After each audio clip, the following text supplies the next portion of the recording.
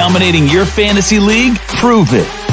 Shaping up to be a great game between these two teams. There's no telling what might happen. Enhance the game with 3 easy steps. Predict, compete, and win. Start now and play your first $20 risk-free. Only on WINVIEW. What's up, ladies and gentlemen, and welcome back to TDPHINSTALK, home of the real Miami Dolphin fans. We are live. Let me see. We are live for this Tampa Bay Buccaneers game. I decided not to hit the road. I'm just going to leave out early in the morning. So I wanted to go ahead and scout these Saints, man. Let's see what we're going to be dealing with next week. We're going to get a good opportunity to scout the Saints. Y'all put y'all score prediction in the comment section, Bucs versus Saints. Let me know who you got. Let me know who you got. Put it in the comment section. Let's go. Dolphin fans coming off a high. We got us a W today. No matter how rough it looked, a W is a W. We'll take them. We will take them. All right, Saints, first down, Hill. Back to pass, has all day, finds his guy in the zone, picks up 8 yards on first down. You ain't doing that against us. That pressure going to be there. That pressure going to be there already.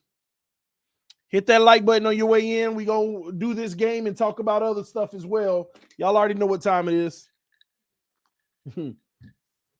Somebody said Bucks by a million. Hit that like button.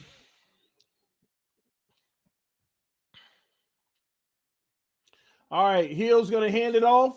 Nice run by Kamara. And they got him a good gasher for about 8 yards, right up the middle. Put this down. TD, I can't wait for the all 22.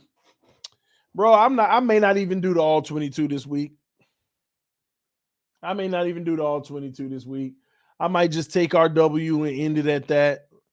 I don't want to mess with Tua this week. At the end of the day, he didn't lose us the game, man. I'll cut the kid some slack. Tua is done in Miami. Let's go after Huntley Ravens. Oh, my gosh. Up, Hill running for his life, throws the ball away on first down. Second down coming up. Y'all hit that like button, man. Now, I will say this. We made some progress today. We made some leaps and bounds today as far as the standings. So we moved up the charts. Like I told y'all, tomorrow's games are going to be huge, though. But listen, we've passed Denver. Denver has a worse conference record than us. They already got 6 losses in the conference. We just need to keep winning. All right, Saints try to run on second down, and they lose a yard. So 2nd and 11 coming up. So Denver is behind us. The Raiders are behind us, but the Raiders, I believe, have to play. So the Raiders still have to play. Let me talk about that real quick. That's Monday night versus Cleveland. Either way, it would be nice for the Raiders to that's a tough one. That's a tough one on who you want to win that game.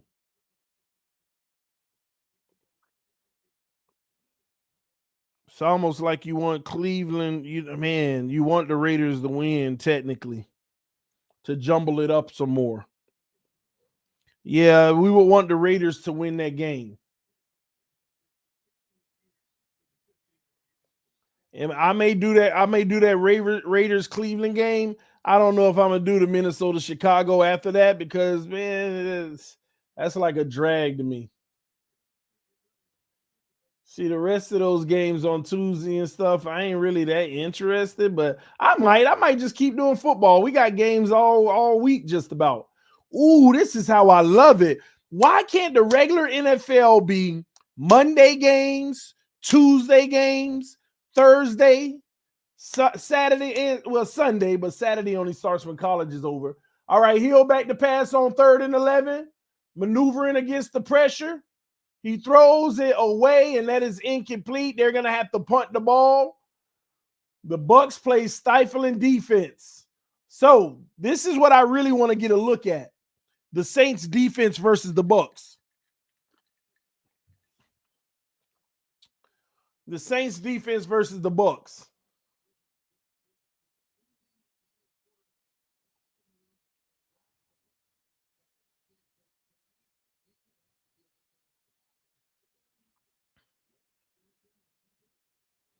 All right, the kick is off. This one goes to the 15. They're going to return to the 20, to the 22-yard line. 22-yard line is where they'll start.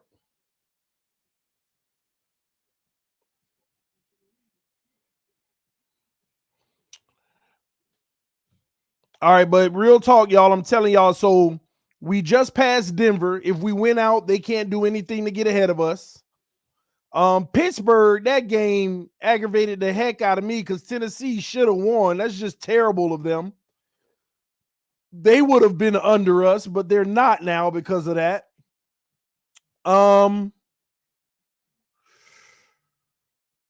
Cleveland, they play tomorrow.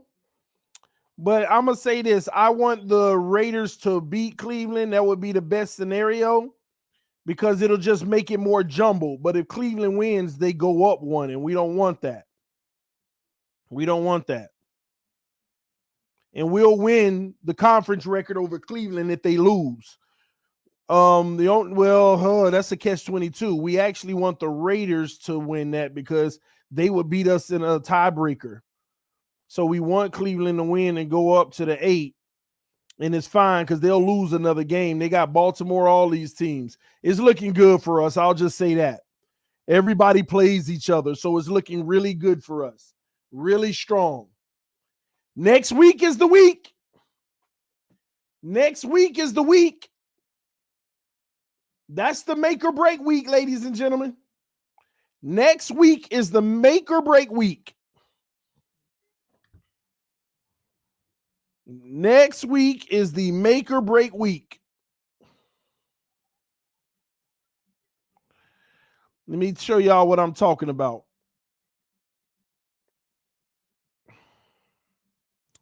Yeah, so here we go. San Francisco plays Tennessee on Thursday night. Is that true? Hold on.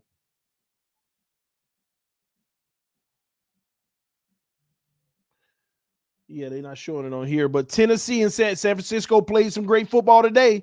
They might beat Tennessee.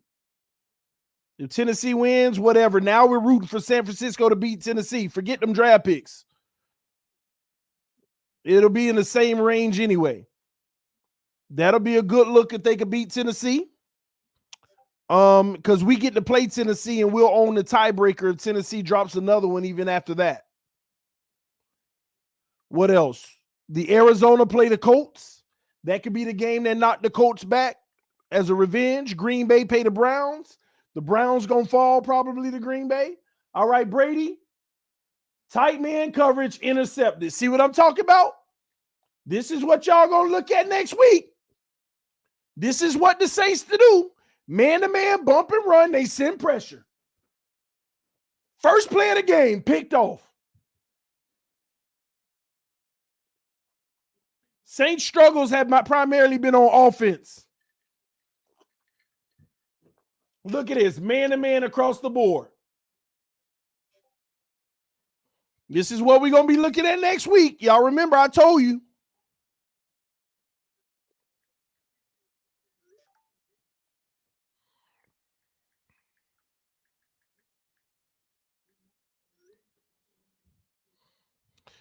You should make Dan Mitchell tattoo Josh Allen is trash on his behind and Miami makes the playoffs.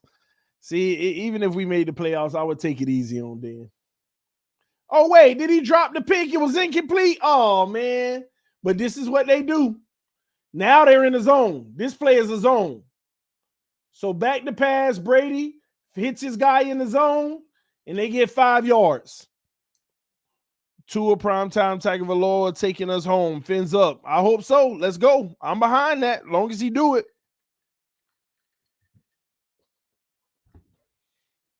Long as he does it, man. All right, trips to the right, one to the left. It looks like they're in man, but look, they're going to back out of that cover. Yeah, they're in man coverage across the board. Fournette is going to get just enough for the first down.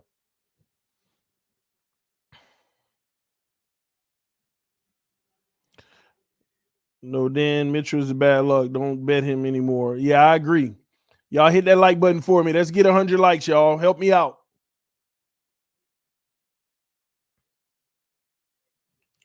All right, here we go. Brady back to pass in the zone, throws to a wide open guy, and they're 8 yards.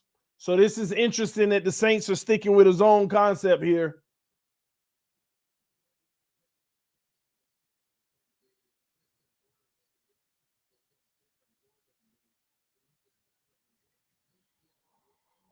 All right, 2nd and 3. Brady back to pass, throws it in the flat. They're going to lose 2 yards. Tackle right away. That's the only thing I'm worried about. Them Saints linebackers, they can go side to side on this field very fast. And they put their hands on you at the line of scrimmage. All right, 3rd and 5. Brady got to make a play. Let's see what the Saints run. They run man-to-man, bump and run. They get it to Fournette, and they tackle him right away, and they're going to rule him down instead of the fumble. But 4th and 2, Bucs will punt. Do y'all see how tight they play their coverage when they run man?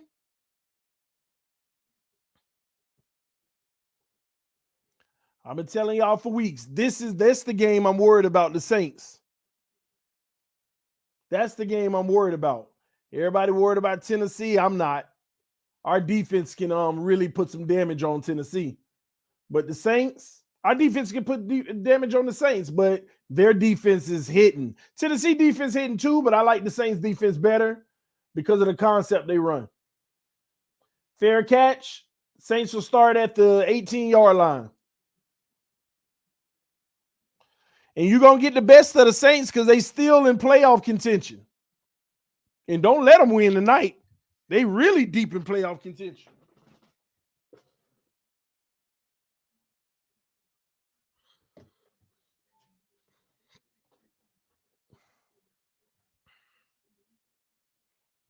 Y'all will struggle on offense versus us next week. I guess that's a Saints fan.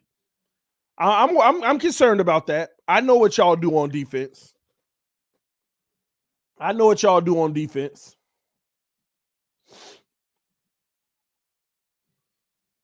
So we just got to hope we come out with a game plan that'll be effective. Saints will take away all that short stuff. TD, we can still win a division. Yeah, I mean, it's not likely, though. But we'll see. Next week is going to tell it all. I'm telling y'all. Next week will tell it all. Since we're on commercial, let me go back through it. So we want Tennessee to lose to San Francisco, and that can really happen. We want the Browns to lose to Green Bay, and that can really happen. We want the Colts to lose to Arizona. That can really happen. All of the people we need to lose play against favorable teams, better teams. Baltimore Bengals fighting for the division. Either team lose, and honestly, at this point, I want the Bengals to win because Baltimore falling off a cliff, and we own the tiebreaker. What's Baltimore's record now? Baltimore is 8-6. They lose next week and we win. We jump over them. Bengals take first in their division and we're over them. This schedule is like perfect for us. And it can all happen. What else we want to happen? Buffalo, New England. That's a tough one. Buffalo won today, right? Let me go back to the standings. Buffalo and New England.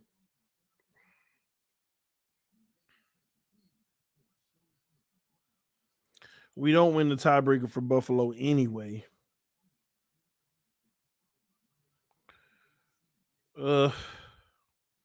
See, here's the issue. I know all y'all saying you want Buffalo to win, but the issue is if Buffalo wins, I know y'all want them to be tied with the Patriots, but it's unlikely for the Patriots to lose all the way out. That's basically what y'all are saying.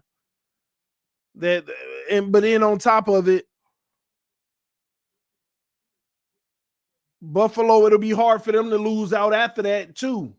So I don't know. It's a catch-22. The Saints going to be down by contact, but they do get a first down. I don't know. I'll just have to wait to see how that turns out. That's an ugly one. All right, what else we got? That can the Chargers, Texans, ain't nothing we can do about that. Chiefs, Pittsburgh. Let the Chiefs win. Pittsburgh, they'll be below us. Denver Raiders, they both below us now, so it really don't matter. But I'd rather Denver win, so the Raiders, that tiebreaker won't matter. They'll still be lower. And Miami, New Orleans at the end of the week. It's huge. All right, the Saints pick up a first down rushing the ball. And I guess what I'm trying to say to y'all might be surprised to look up and see Miami. Is it possible Miami can be in the 7th seed even after next week? I don't know. Baltimore, Buffalo would have to lose. We'll see. All right. Saints are going to lose 3 yards on that carry with Kamara.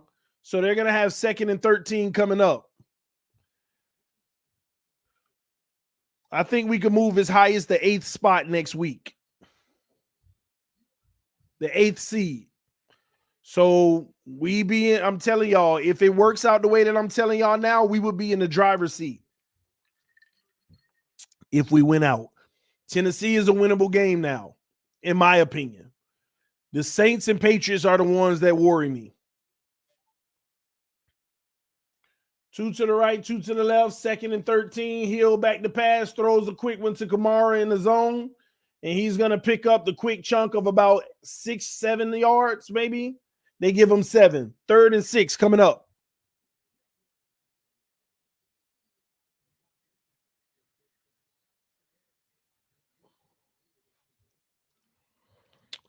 Hey, everybody who donated to me via the Cash App and PayPal, I didn't get to read your messages because I didn't check it during the stream. Appreciate the love. When I opened it up, I saw all the donations, man. Appreciate the love and support for those who donated on the stream and through PayPal and Cash App. Thank y'all so much. Hill goes for it all. Woo! Nice throw. There you have it. They just got about a 50-yarder, 40-yarder. That was a beautiful throw. He can still beat you with his arm now. Don't think that he's just a scrub and he's a dual threat. I think our defense will make it tough for him.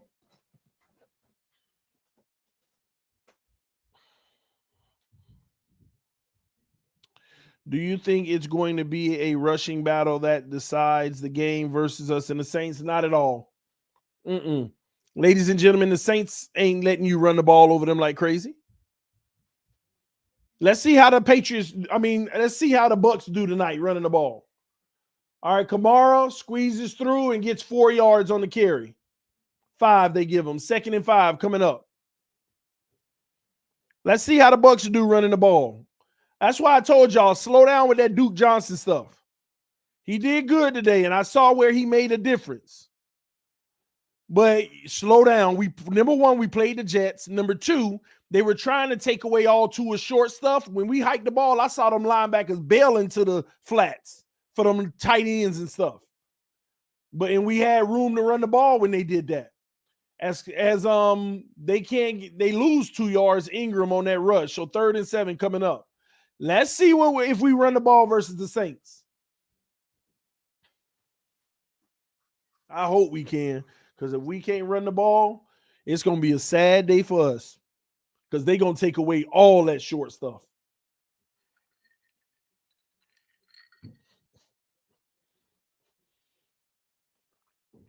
Two to the right, 2 to the left. 3rd and 7. Can they make the play? Back to pass. Throws. Oh, my gosh. That's tight coverage. Incomplete. He dropped it. It was a bang-bang collision. I actually like the throw. He got it in there. The receiver couldn't hold on. That was actually a good throw.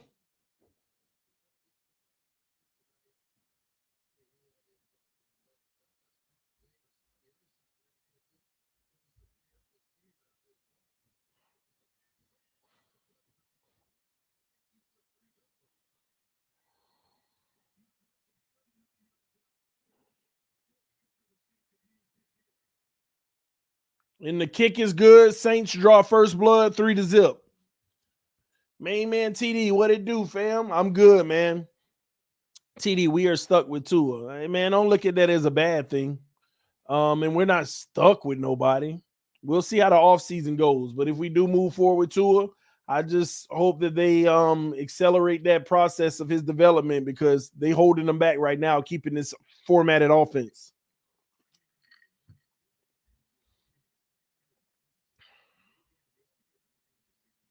Have to factor in the crowd in the dome. Well, it's going to be nasty.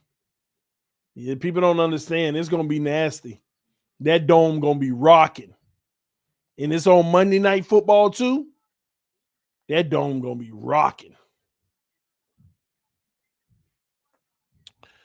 That reminds me, let me see the football schedule so I can see what I'm going to actually stream. So, of course, I'm going to hit that Thursday night. No. That's the wrong one. I'm on the wrong week. Let me go to the next week. All right, week 16. So Thursday night, I got to hit that.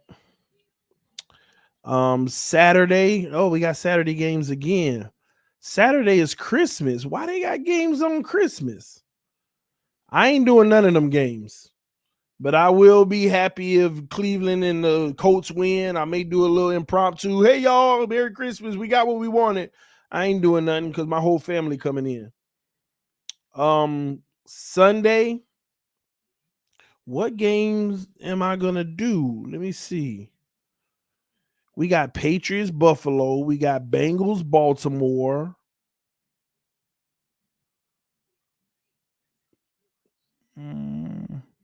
What game should I do? Patriots, Buffalo, or Bengals, Baltimore? Which one would help us out more? We already have confusion with some plays when we play at home. Now imagine the confusion in the dome. I'm nervous. Hey, try hard 7. It's going to be hard, bro. They going to have that place rocking. They going to be loud. We might be having some penalties.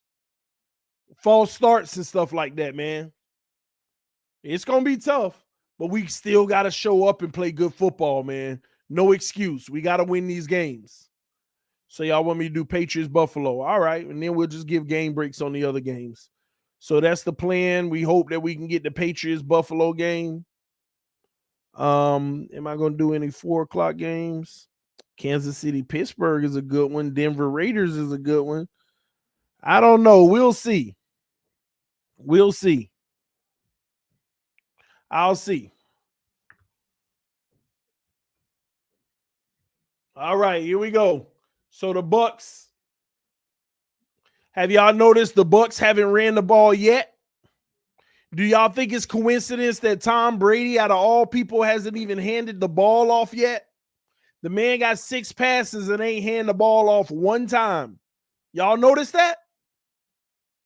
They gonna hand it off eventually, but I'm telling you, the Saints' run D is pretty good.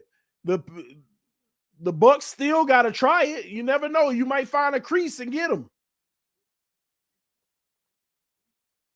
This is a run formation right here. They fake the handoff, play action. Brady throws under pressure, incomplete. You see that tight coverage? Good throw, good route, just tight coverage.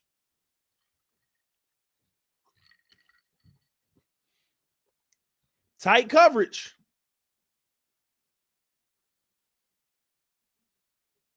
And that was the only guy that had a little separation, but it's still tight coverage. And Brady got hit as he threw it. I'm telling y'all, man, here we go. Will they hand it off for a halfback draw? Nope, they empty the backfield. One-on-ones, man-to-man. Fournette got cushion, though. Brady throws the deep one, wide open, got him. That's what they needed. They caught the corner peeking in the backfield and got him. Good job by Brady, 23 yards. Let me see what the receiver did on this because he just blew the coverage. Oh, they switched. They switched. Good play call in that. All right, will they hand it off? Nope. Back to pass. Brady throws the dart, and he's going to catch it and tackle right away.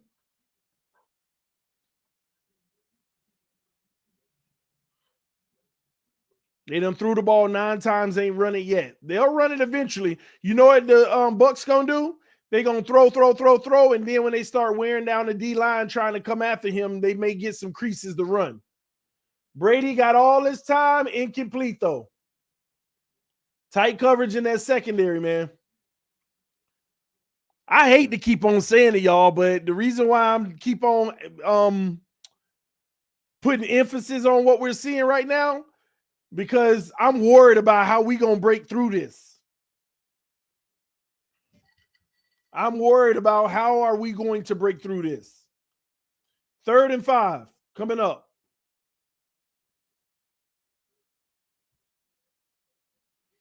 Here we go. We got stagger receivers to the left, one to the right. Man coverage. Brady got sacked.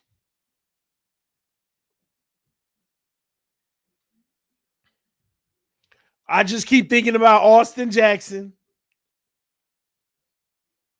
Eichenberg, Hunt, Davis. That's all I keep thinking about right now. And they sent 4. This is what they do. They sent 4.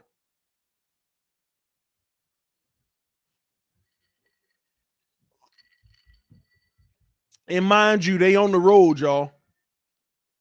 Hey, Mom. Hey, what's going on? All right, I will. I'll hit you in the morning then. All right, you good. All right, love you. Bye-bye. That was my mama. And they got a good return. The Saints got a good return.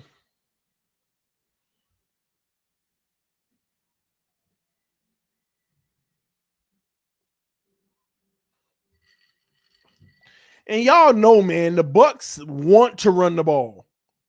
The Bucks love running the ball. These guys done had 10 throws and ain't run the ball yet. More than 10 plays, though, because Brady done got sacked.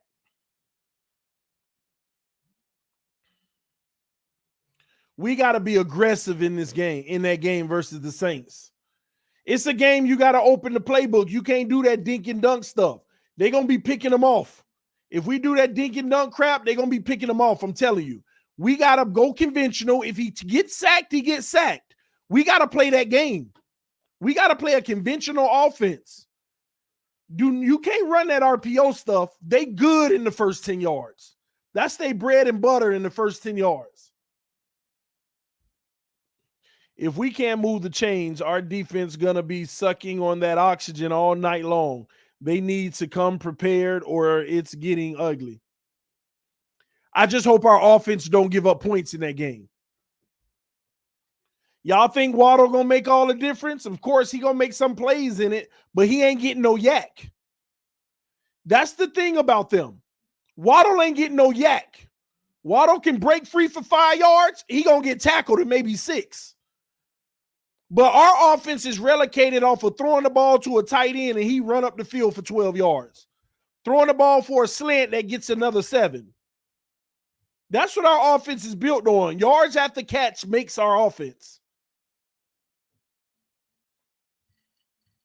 And man-to-man coverage, you may catch it, but you going down right away. You getting tackled. Disagree, TD. Let me know what you disagree about. I'm just interested in it. Get your thoughts. I hope I'm wrong.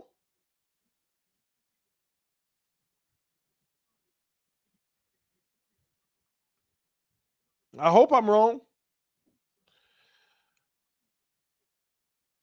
Chris Sims going to have a field day of Saints kill Fins. Oh, boy. I ain't even think about that. Especially if Tua get outplayed by Hill. Oh, my gosh. That man is going to be on PFT, whatever it's called, and going off. Going off. But you know what? If Tua get outplayed by Hill, ain't nobody should have nothing to say. At the end of the day, that should be unacceptable. All right, Hill hands the ball off. Good job out of Bucks because they loaded that box. So 2nd and 9 coming up. I give him B- even though the pick 6 was big. C minus. I gave Tua a C minus today. And I thought that was as fair as it gets. Y'all give me y'all grade on Tua today. I never even asked y'all. What's your grade on Tua? Don't be a hater. Don't be a lover. Just be honest. 2 to the right, 2 to the left. Hill in the shotgun. 2nd and 9. Back to pass. Throws underneath to Kamara. He goes forward, and he's going to get about 6 yards, and it's going to be 3rd and 3. C minus, C minus. See, if T Rich gave him a C, then my C minus is money. C plus, C minus, C minus, C minus, D, F minus, C plus, A plus, C plus. All right, he's a C. He's a C. He's a C. C minus, C. I can't. I just can't go in the C plus range. I just can't. I'm sorry. Let me tell y'all why. Remember the other night when Mac Jones played? What grade did y'all give Mac Jones? What grade did you give Mac Jones? Mac Jones had the same 2 touchdowns, 2 interceptions, but had almost 80 more yards. And we were talking about C's and D's for Mac Jones. I don't care how many times he threw it. That ain't the point. It's all in the flow of the game. So whoever around here talking about B and all of that, stop that mess. All right, Hill going to be on the quarterback keeper. That should be a holding call. I want to see a flag, ref. There it is. There go the flag. I was going to say, y'all robbing them. That guy held. So Saints going to back this up. You know why I'm not down on Tua after that game? Yeah, we know it wasn't a good game, but I don't need to hamper on that. You know why I'm not down on him? He still wasn't the reason we lost, right? He didn't lose us the game. He didn't do enough to lose us the game. Now, don't get me wrong. He should have had 2 more picks, and it probably would have lost the game, but that's neither here nor there. They didn't happen. He didn't do enough to lose us the game. So, and let me tell you this. And y'all stop trying to label me, oh, you flipping, trying to take it easy on Tua. Let me say this. Either way you want to slice it, without the big plays that he did make, we wouldn't have won. He wasn't the reason we won, but without though, we needed every bit of the positive too from him. But Hill just throws another deep ball for 33 yards and it's completed.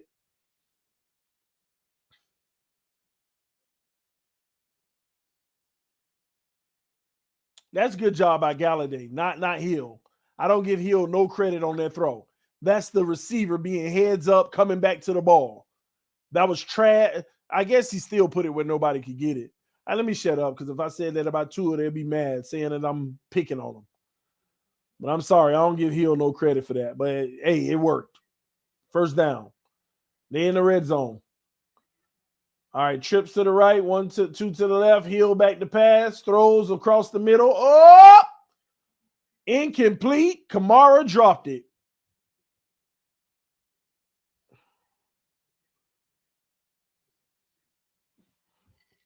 Like I tell y'all, I try to be as fair as I can. Let me tell you something. Let me tell you, you know what? Let me reverse this. I'm going to tell you what I didn't like about Tua in the game, then tell you what I liked, and maybe it'll go off better. What I didn't like about Tua in the game, and it ain't even that I don't like. What I'm concerned about with Tua in the game was that miss by Wilson was another play where he didn't have enough strength to get the ball in front of Wilson on the run. Incomplete by Hill in the end zone. He didn't have enough strength throwing on the run. He didn't plant his feet, but some guys could throw the ball 50 yards on the run. That was like 30-something yards, and Tua couldn't put enough on it. You saw him. He caught back and threw as hard as he could. He couldn't put enough on it. He didn't plant his feet. I recognize that, but that's a touchdown right there. I didn't like that. Number 2, that first interception, I wasn't even tripping about, because at least he was going to the right person. He just threw it inaccurate. The ball placement wasn't there. What else I didn't like is that interception for the pick 6. It was horrible in the sense that he was going to throw that ball no matter what. And that was obvious. He threw the ball no matter what. And I've been telling y'all that for the longest. That slant wasn't there. He threw it in the flat. It's the same thing like that Giants game that should have been a pick six. What else that I didn't like in that game? It was other stuff. I just try not to be the biggest nitpick here. He took some shots that were too dangerous that didn't make any sense in double and triple coverage at times. Thankfully, it was incomplete or a defender dropped the pick. He had a lot of bad decision making today. But let me talk about what I did like. There was a pass to Gesicki on an out route. It's the same thing that happened last week that he hit. It was the same play from last week that I told y'all his ball placement was horrible 2 weeks ago. And y'all got mad because I told the truth. This time he did the same thing, and he put it out in front of Gesicki. Gesicki caught it, ripped up the sideline for 10 more yards. And that's what I be looking for. The post route to Parker. In tight coverage. Let that ball fly. Completion, 30-something yards. I loved it. What else? He used his freaking legs today. Thank you. Thank you. Finally. What else?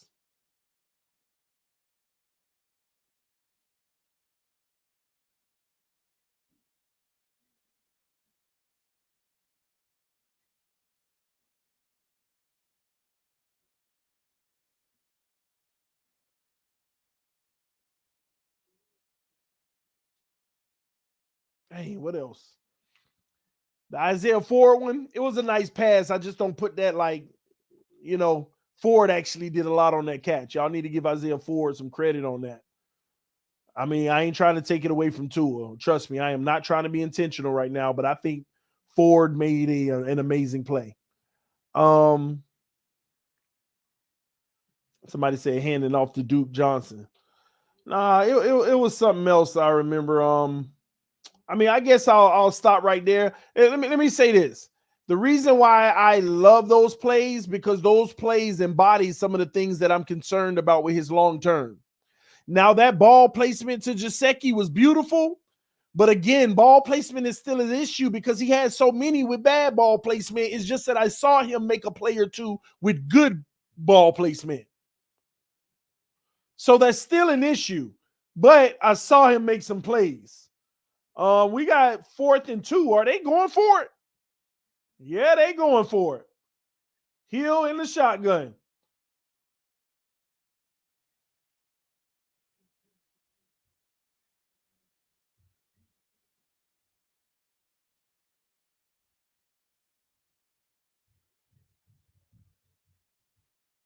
They were just trying to get him off sides. And they take the delay of game because they're going to kick the field goal. Scared as hell. So, and let me tell y'all something. I got to be 1,000 with y'all. This is a real heart-to-heart with my viewers. Everybody who came to me on Instagram. Listen, I got about 40 messages on Instagram right now. TD, when you going live, you need to give it to Tua. Y'all got to stop that mess, man. Y'all got to stop that mess. My criticism of Tua in his play, whenever I do give constructive feedback, I truly believe those are the areas where he struggles and he needs to improve in. And I want to actually see him make those improvements. I don't want this to be the beatdown session, picking on him and jumping on him. And I do recognize that it sounds like I do that a lot, but that's really just me arguing with the people that's denying the facts. So every time I'm yelling and debating with people that's denying the facts, it feels like I'm just jumping on the kid extra heavy. I'm not trying to. For all y'all who really want to understand this game and be fair, I just want to see him get better. And you know what? I've come to today really gave me my final conclusion that told me there's no need to argue with people anymore. Support the kid regardless, because you know what? Everything I've been saying is right. I've gotten to a point where I realize everything that I've been saying about Tua Tagovailoa is right. Doesn't mean he can't fix them or improve in these areas, but I've been right all this time. And I need to stop sitting here trying to defend my stance because somebody says I'm wrong. When time keeps telling. And when I say I was right, what am I talking about? Tua doesn't process the 3 levels of the field. Tua misses wide open people. Tua doesn't usually hit people in stride on the run for the deep ball. Tua, the whole run read argument, they put him in a situation where he's a one read guy. But I've come to a conclusion to recognize a lot of this isn't Tua's fault. Yeah, you'd want him to be better, but it ain't just his fault.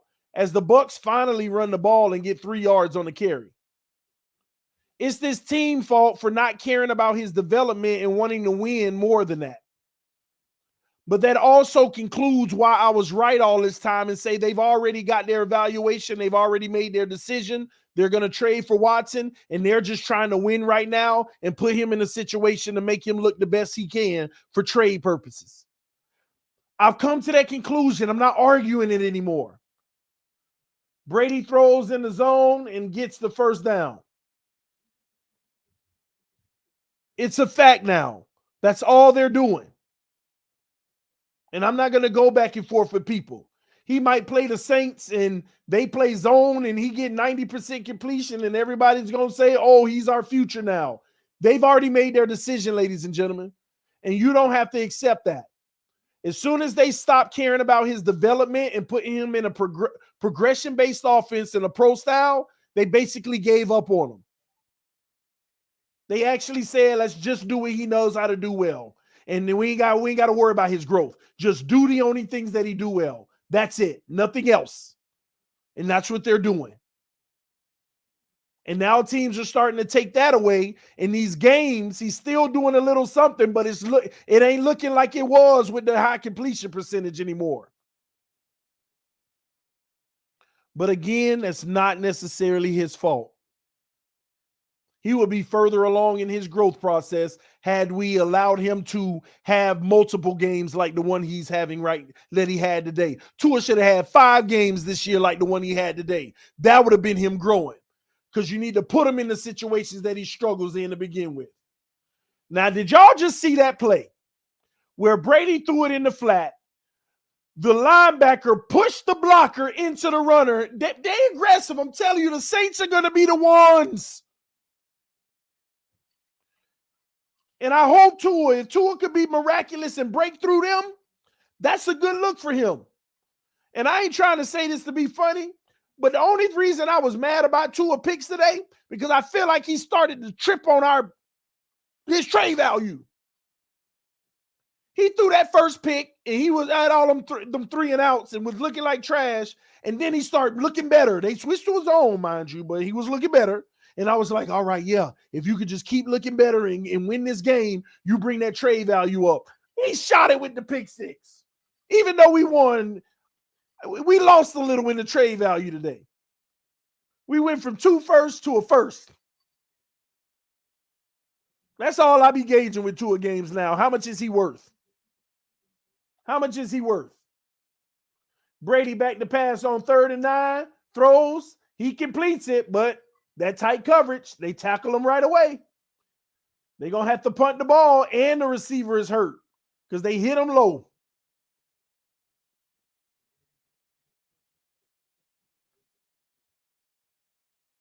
And that's a good hit. That is a great hit.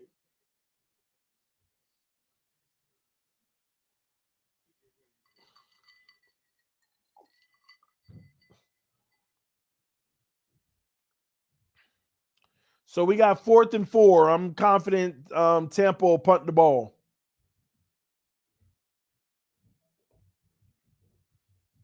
That was a good hit. TD making me crack up with the trade value talk, man. I listen. I ain't arguing to no delusion. I ain't arguing with no delusional people no more. I'm rooting for Tua to play the best he can, because the better he play, the more value we can get for him. If y'all gonna still stay in this constant state of delusion, if Watson doesn't get charged with a felony, he will be a Miami Dolphin. He will be a Miami Dolphin. Y'all could keep living in that delusional land all you want. I ain't arguing with nobody no more. I am not arguing with nobody no more about that crap. It is a waste of my energy. I've officially realized that today. Y'all gonna see going forward. Y'all gonna see. Anybody who bring up, oh, we're not getting, okay, all right. I ain't arguing with nobody no more. I ain't. Agree with you, TD. I'm just not.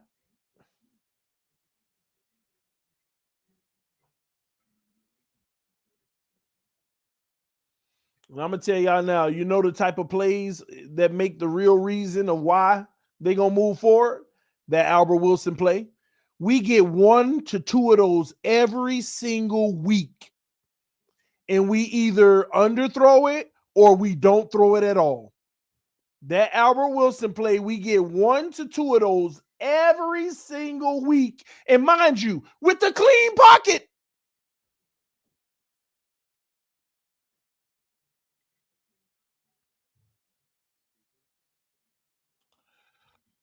Donald just wrote a message. He said, TD, do you believe the Fins just played a bit flat today due to being off and the COVID crisis hitting the facility this past week? What you say? Yeah, I'm not going to put it on that, actually, Donald. I feel like that was an advantage. We had 2 weeks to prepare for a trash team. You could have been off and put up a better play than that. And let me give you an example why I say that, Donald. The defense played phenomenal. When we were giving up points in the fourth half, that was simply because of the play calls they were having on defense. We were in a zone. We were in a zone.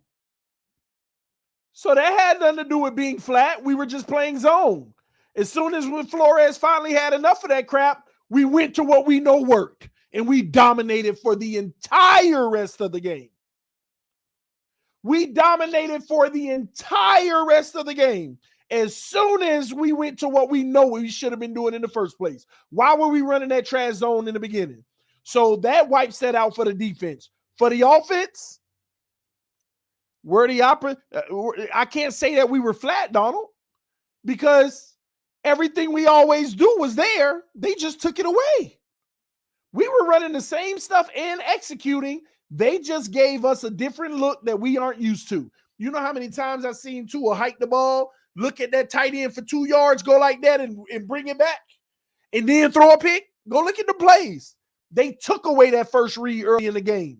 Luckily, we start running the ball, and they went to a zone coverage. Then Tua started to eat. I keep telling y'all every week, you run zone against Tua, he going to murder you. He is great. I like that about Tua. But in the NFL, you got to be able to at least make enough plays in man-to-man with pressure. 2nd and 9, Hill under pressure, trying to escape. He's going to have a 1-yard sack. Bucks coming after him. So, no, I don't think we were stagnant at all. I think that we ran into a team that was a little better prepared for us, but they didn't expect us to actually run the ball. Shout out to Duke. Hey, but we'll see how he looked versus the Saints. Look at this. The Bucks got 1 carry. Y'all think that's by coincidence?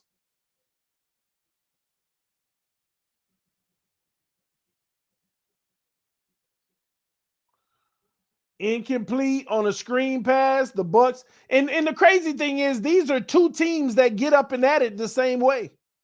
They get up in your face, they send pressure, and they make it tough. And even if you complete the pass, it's coming with a tackle right away.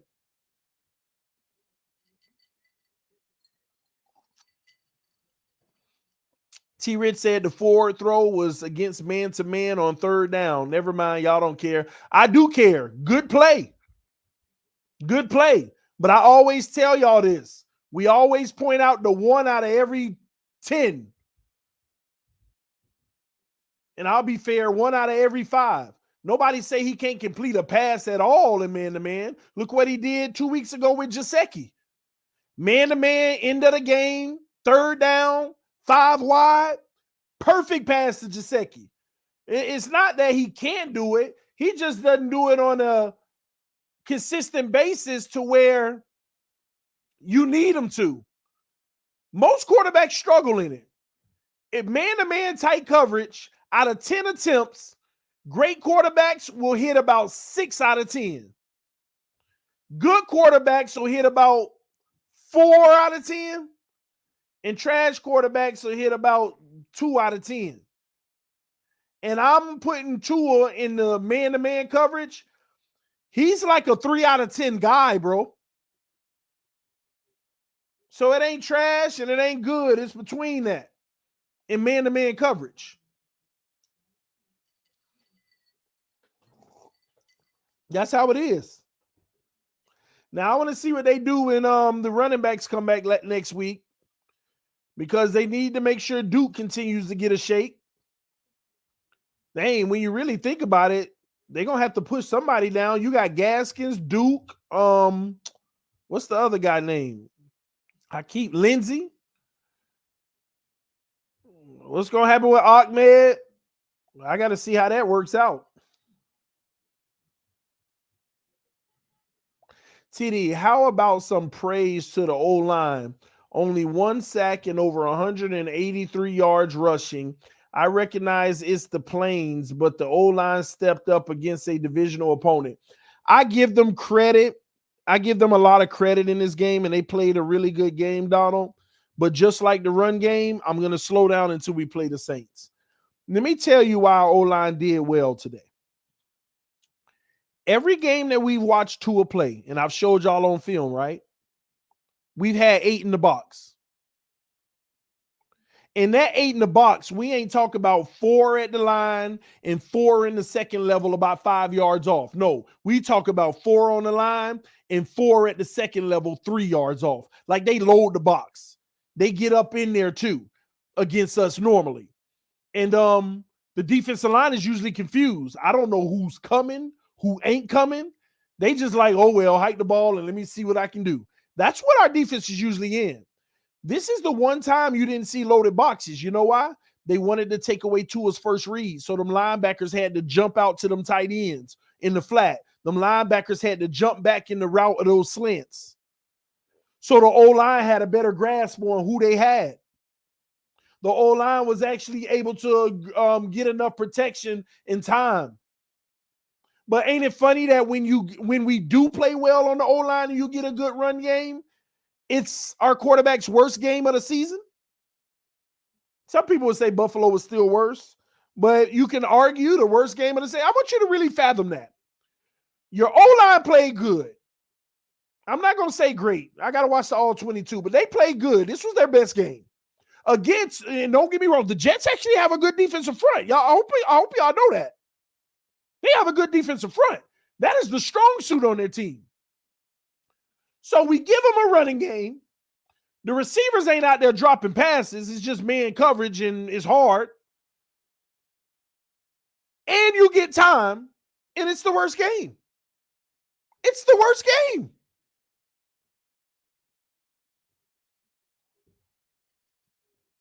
Everybody say, well, if they give him an O-line that protects in a good running game, he got it. Worst game. Brady on 3rd and 2. Saints look like they sending a 0 because they man-to-man across the board, and they throw the quick slant. Good job. The linebacker couldn't get over there fast enough. But you see how aggressive they is on it? And I knew they were going to go there because it was 10-yard cushion on that. I knew we were going to run the quick underneath. And the linebacker was coming to take it away, but too late. Brady hurried up and got it there. But do you see how aggressive the Saints are?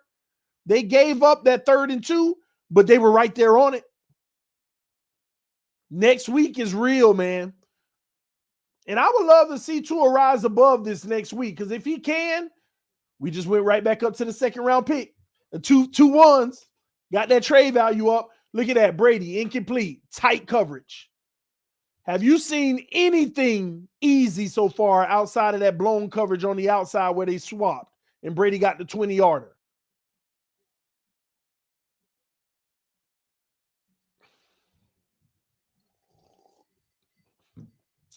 I need Tua to rise above the Saints D. That'll be a good look for him.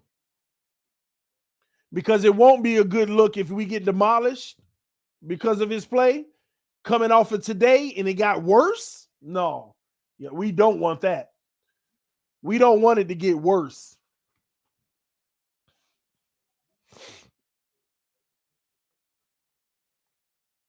Godwin is done. Brown coming back in time. You might be right. But Herbert gets excuses for his trash game with top O-line and nearly 200 yards running. Their team record trash, better wide receivers than Keenan Allen and top running back Eckler to a big game audition for Saints next week. It is. It's a big audition, but Herbert don't get excuses. What you have to understand is we know I haven't killed Tua for this game. What I'm trying to help you understand is really good catch by Evans and good job by Brady putting it high so the defender couldn't get it. But wasn't it tight coverage just now? That's the Saints. That's going to have to be Parker going up to get him. That's going to have to be Parker going up in the air to get him, or Gesicki, because it's going to always be tight coverage. And I got to be honest, Parker don't run routes like Evans just did. That was actually crisp. A tall guy running a crisp route. Parker don't run routes like that. But like the homie was saying, I don't give Herbert a break. We all know that quarterback's gonna have bad games. But what y'all need to understand about Herbert as the Bucs try to run and they only get 2 yards or something, 3 yards. What y'all got to understand about Herbert is this. Herbert has excellent games. I mean, Herbert has games that are like, man. And he has a bad game. Our quarterback has good games and he has a bad game. And that's what y'all need to understand. That's what makes it more understandable. Everybody's going to have bad games. But Herbert has elite games, some good games, and a bad game every 7 games or something. 1 every 7 games. That ain't no different from Brady. That gives you 2.5, maybe 3 bad games a season. But out of 17 games, you get 3 bad ones a season. But Herbert has about 5 elite ones in the season. And like 8 good ones. Brady under pressure is going to get sacked. They make it tough. And they backed him up. Is he in field goal range anymore? Yeah, he is. So they'll kick a field goal. So that's what y'all got to understand, man. This man said Herbert had about 6 bad games. Man, stop that cap, man. Stop it. Stop that mess. You're ridiculous, man.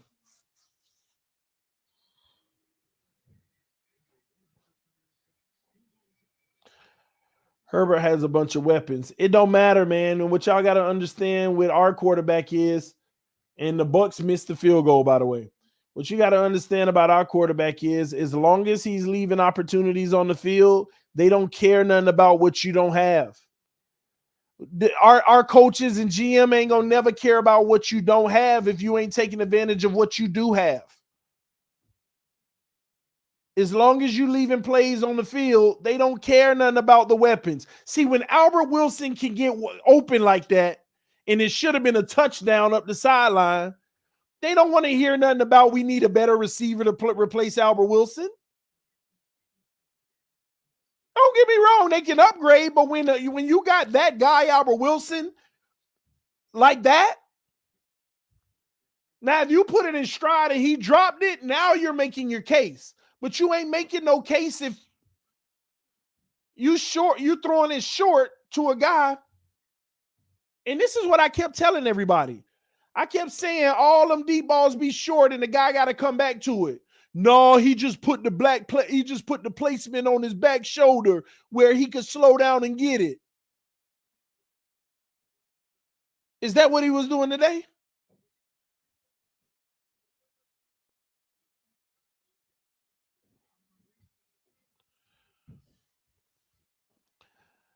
Believe it or not, I hope Tua beats the Saints. If we beat the Saints, ladies and gentlemen, we will beat the Titans. If we beat the Saints, we will beat the Titans. We will beat the Titans. And to beat the Saints, our defense just has to destroy their offense, which we're capable of. And Tua just cannot turn the ball over. Make enough plays. Make enough. You ain't got to be spectacular. Let me tell you something. He could have a day he had today without the turnovers, and that might be good enough. And maybe he can even have one turnover. But you can't give me two. I've been telling y'all that for a while.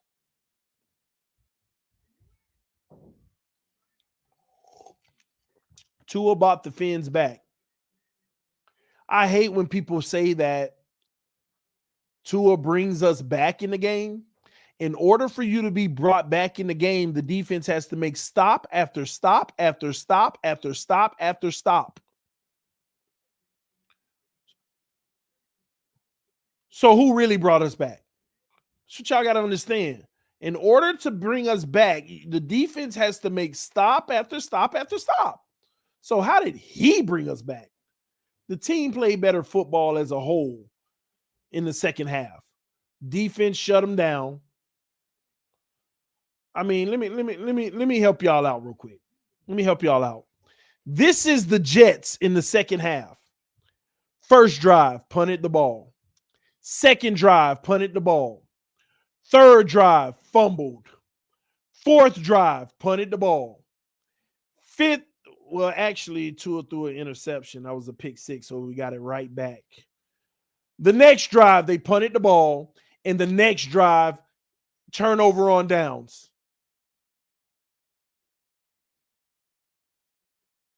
Who brought us back? Who brought us back?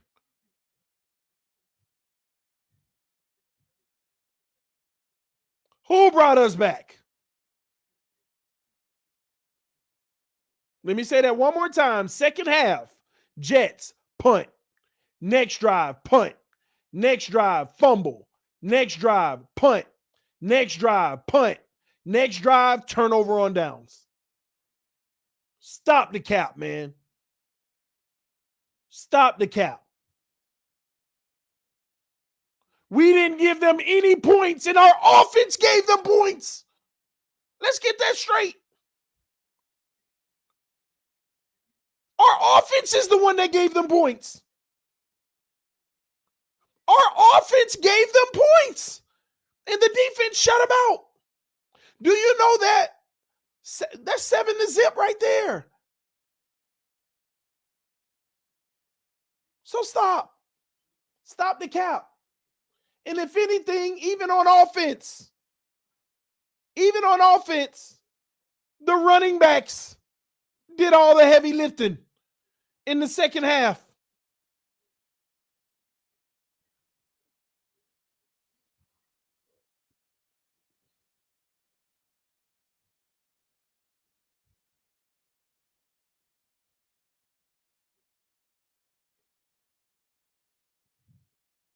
Good job, defense, for tightening up.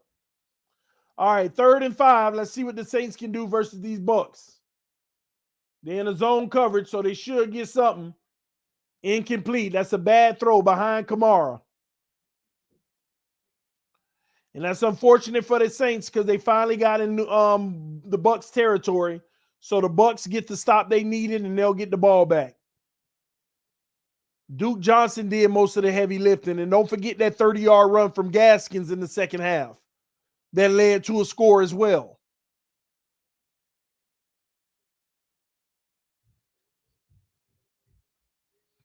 And ladies and gentlemen, I'm going to say it one last time.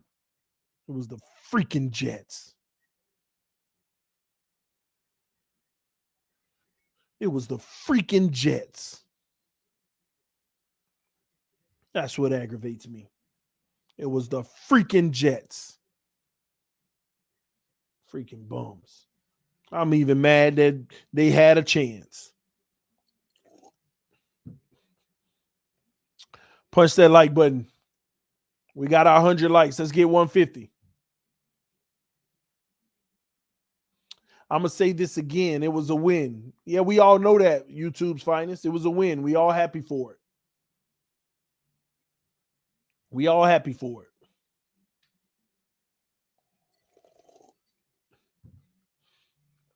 Every team loses to division rivals. We ain't lose to the Jets. We beat them twice, right?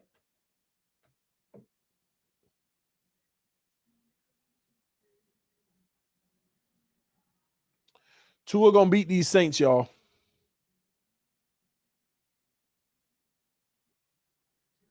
Tua gonna beat the Saints. Matter of fact, it'll be the perfect time for him to have the best game of his career. Beat them Saints, Tua. I just want to win, man.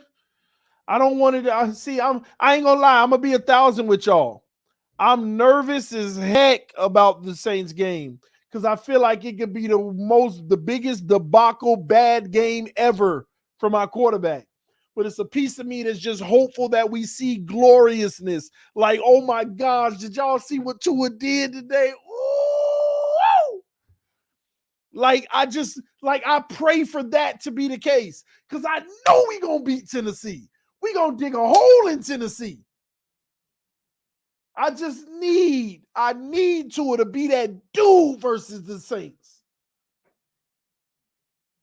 I need him to ball out versus these Saints, man.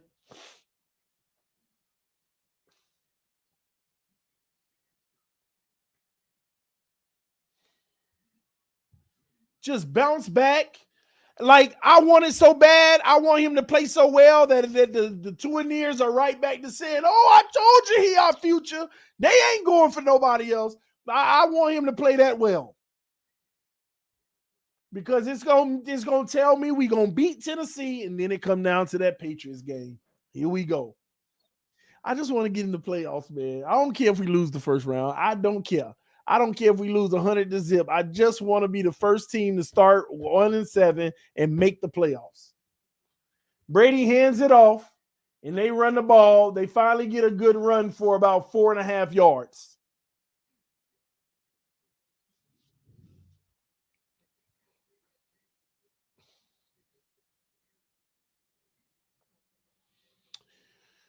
TD, just be happy with Tua. No. I want more. I want better. And I want him to give me that.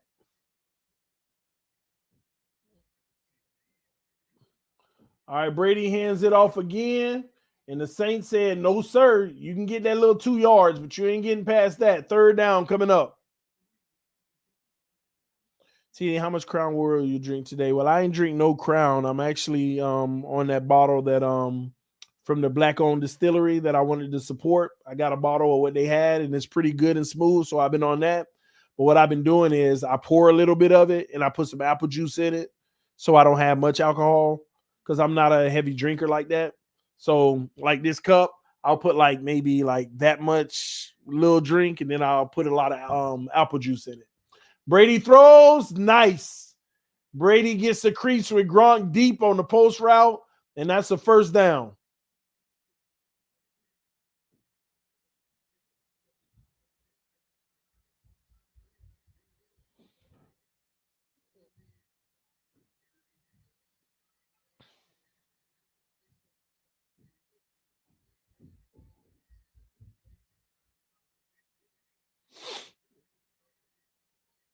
All right, here we go. The Bucks run the ball, and it's -2 yards. You see how they be out after it? They be after it, man. So 157 remaining in the second quarter. Tampa Bay, please beat the Saints. I actually want them to beat the Saints because if they lose to the Saints going to feel like they can make the playoffs because y'all know this year is easier to make the playoffs in the NFC than the AFC. Let me tell y'all right now, the Saints are 6-7, right? Watch this. The Saints are 6-7. And they're in the same spot as us. Matter of fact, let me say this. They are tied for the 7th seed. If they win this game right here, they are the 7th seed. If they win this game, they are the 7th seed. Wait, are we 7-7 now?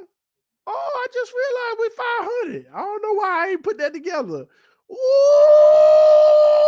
Miami done got the 500. Uh-oh, I just realized that.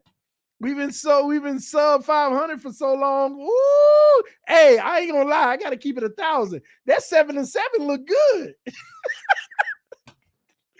Oh man, TD Tua has a chance to prove himself against one of the best D in NFL. Tuaneers deep down are very scared. Saints D not in the same universe as Jets D. Now I agree, but remember when you say he has a chance to prove himself once again prove himself against one of the best defenses, what is he proving? He has an opportunity to prove to another franchise that he can be their starter. That's what he can prove. But if this has anything to do about the Miami Dolphins proving that he's our franchise guy, what I keep trying to tell y'all, that ship is sailed. We making history unless Watson gets a felony. Now, if they swap courses and decide a felony for some reason, we making history. TD, no team has ever been 1-7 and made the playoffs. Plus, I see us winning in round one. Also, my prediction at minimum, we get to second round versus KC. All right. Well, let me ask y'all a question. Let me ask y'all a question real quick. Y'all think we can beat the Chiefs? Be honest, man. Don't lie. Put it in the comment section. Y'all think we can beat the Chiefs? Fournette in the flat, and he's going to get about 7 yards on that. Y'all give me y'all thoughts. You think we can beat the Chiefs?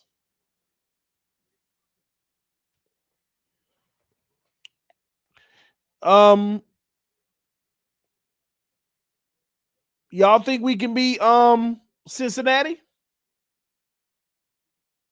Y'all think we can beat Cincinnati? In the playoffs now. I got to be honest. I don't know why I'm asking y'all because y'all probably think we could beat anybody. But listen, if you the last good catch by Brady, good throw by Brady, they ran a zone coverage and he ate him up. First of all, y'all need to understand, man.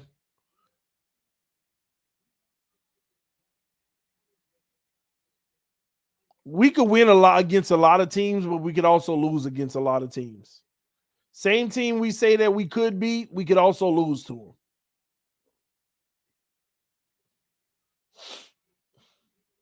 Okay, the Bucs starting to run the ball a little. They just got like 6-7 yards on the rush.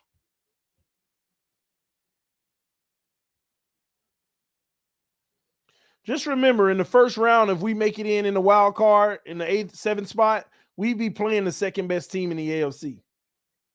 Don't forget that. Oh, that was tight coverage. I can't believe he caught that. See, them plays right there, we're not going to be catching them balls, man. Did y'all just see that catch? Smothering defense, and he still held on. But I'll be honest with y'all. Depending on how well our defense play, we ain't winning no Super Bowl, but we could. So let me say that again. We're not winning the Super Bowl, but we could. 1 week at a time. It just depends on how great our defense is playing. It's that simple.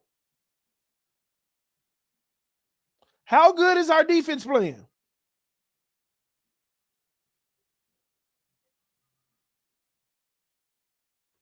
If our defense play 4 quarters lights out the way that we know we can, ain't a team in the NFL could beat us, in my opinion. Well, ain't a team in the AFC could beat us, in my opinion.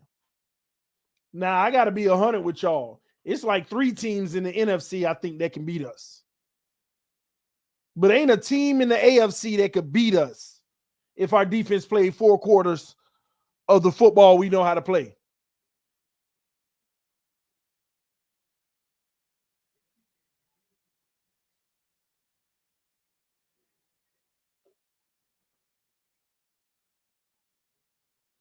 Running the ball on the New Orleans Saints wear them down. You ain't wearing them down, man. Because the problem is you ain't going to be able to run the ball.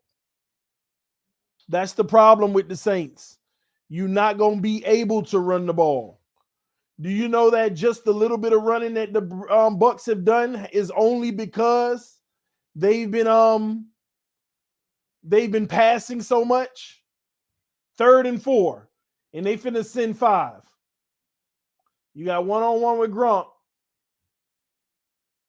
It's one-on-ones across the board. And Brady sacked. 4-man rush. They didn't even send the 5. They send the 4. They send the 4.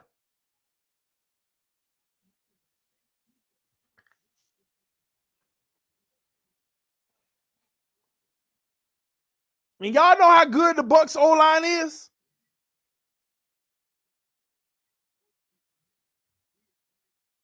All them short passes, what you gonna do?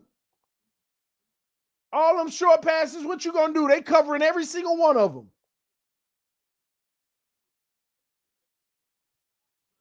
The only teams that the Saints struggle with are mobile quarterbacks.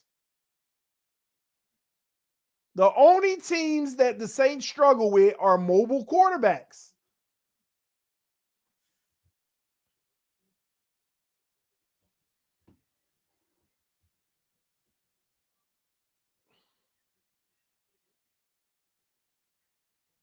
Wow, they downed it at the 1-yard line. They downed it at the 1-yard line.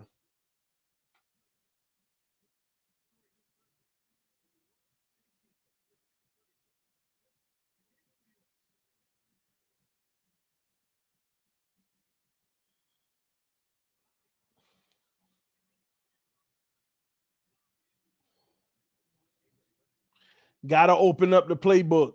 That's suicide for us too. I mean, I think that we need to do it, but you open it up, them progressions take longer. And them front 4, they go, oh my gosh, I just keep thinking about what are they going to be doing to us. And here's the crazy part. We're going to have to run heavy line of scrimmages with extra tight ends for blocking. But if the defense ain't got to worry about them going out for a pass, they're going to shut down all that short stuff.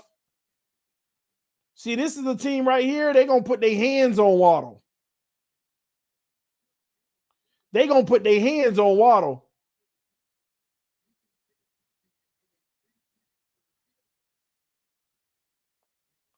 Wow, they just had a quarterback sneak trying to get 1 or 2 yards and end up getting 5 or 6.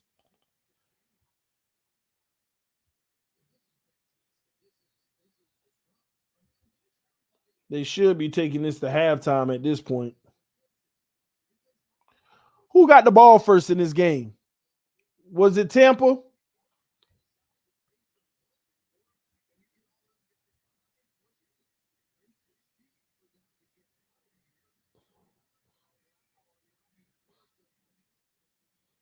Y'all remind me, who got the ball first? Tampa? Okay, so the Saints get it right back.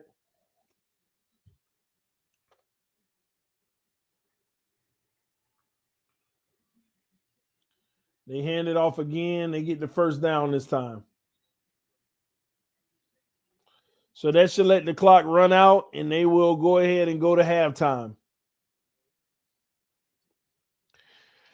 TD, the Saints game would be a great game for 4 players to break out. Preston Williams, I'm done with that. Mike Gesicki, that is his type of game. He's gonna have to come up big, but they're gonna be laying hits on Gesicki. I can see one of them games where he favoring that shoulder like he always is. Malcolm Brown, Duke Johnson, and Tua Tagovailoa. I'm gonna give you Tua, man. I'm gonna give you Tua. I think that if he can find some creases in this, he can make a plays. Duke Johnson, he's a bigger back, but I don't think it matters. Look at this is Fournette. This is Fournette. Duke Johnson, nice, but this is Fournette.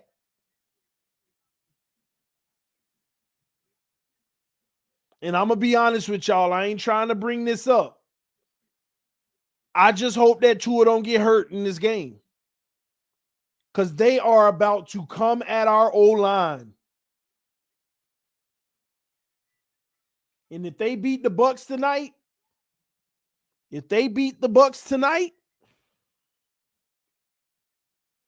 that'll make them 7-7, and they will be the 7th seed. They will be the 7th seed in the playoffs. You think they want the Dolphins knocking them out?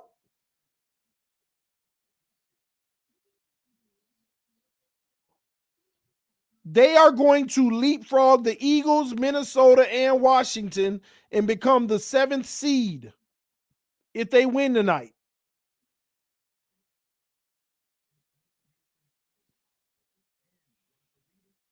They still in playoff contention.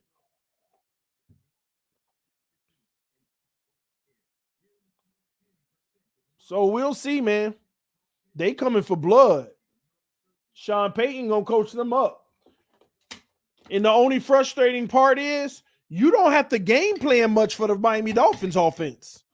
Defenses don't have to game plan much for the Dolphins offense. And what makes it even worse on top of that, the style that they like to play is already what neutralizes what we like to do offensively. So they really don't have to make many adjustments. They gonna know right away, oh, well, we're going to try to deploy a man coverage concept consistently and send pressure. Matter of fact, we might send extra pressure just to guarantee we get there, because we know we're going to get there with 4, but sending 5, you have no choice. You ain't got no chance. If the Saints send 5 on us, ain't 5 guys on our O-line going to win they one-on-one. Facts.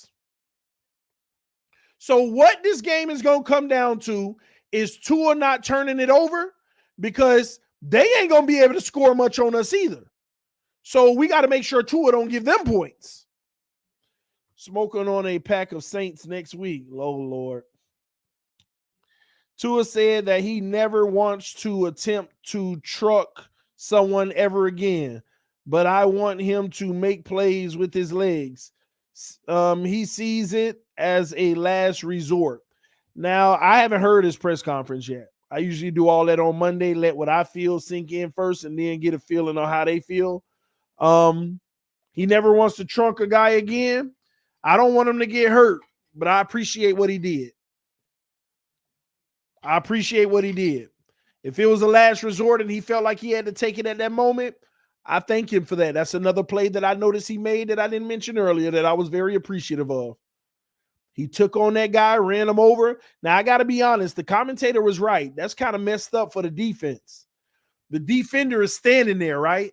He's like, I want to go rock his head off, but I can't, because what if he slides? The defender was sitting there like, I don't know what he's going to do. I think he's going to slide. Oh, he's not sliding. Let me go down. And I also don't want to do helmet to helmet. That's the part that's messed up for defenses. And a matter of fact, he didn't really run the guy over.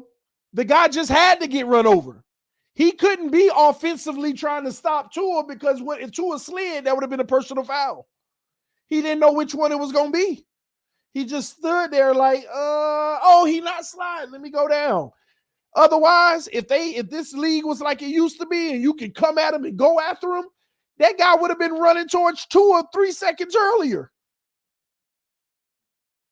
3 seconds earlier. That's the messed up part of the game for the defenders. They have to protect the quarterback instead of the quarterback protecting themselves.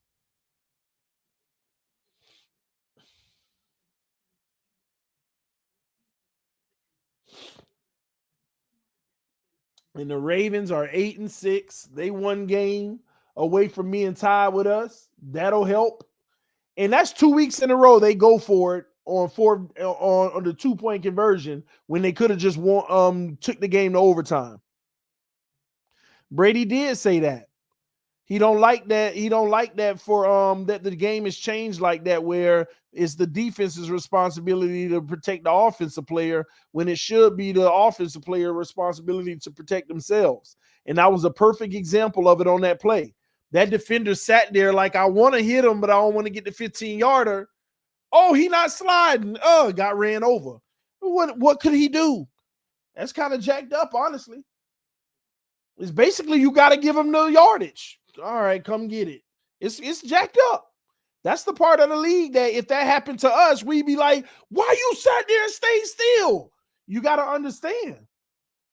If they go at him and they slide, that's 15 yards. And then we'd be like, oh, man, why would you hit him in the head? Why would you hit him? No, man, that split second is everything, man. So the offense has an advantage in that situation.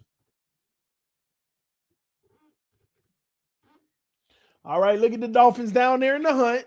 At least we ain't at the very bottom anymore.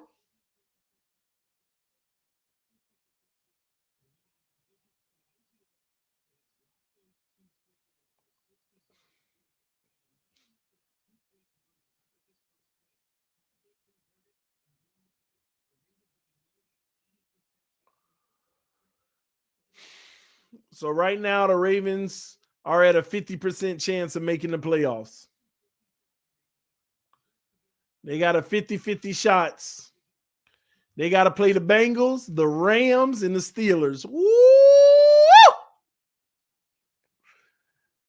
I just need them to lose one of those, and we went out. They not beating us in the tiebreaker.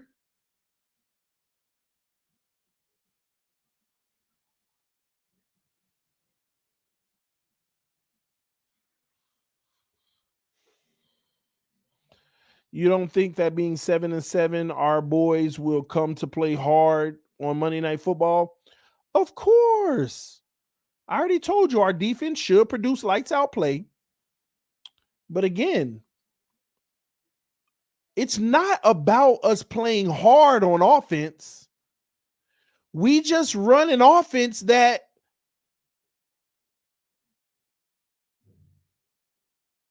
will put us at a deficit versus the Saints defense. The Saints' strengths on defense neutralizes our strengths on offense. I ain't say slow it down, it neutralizes it. And then when we say, well, if we run the ball well, we'll open it up. The Saints don't let you run the ball at a high clip. Right now, Fournette is 6 carries for 17 yards, less than 3 yards a carry. And that's how much he got off of setting it up by throwing. Brady already threw the ball 23 times. And he only got 118 yards because it's even tight in that secondary. Have you noticed everything he's thrown just about has been the tightest of window?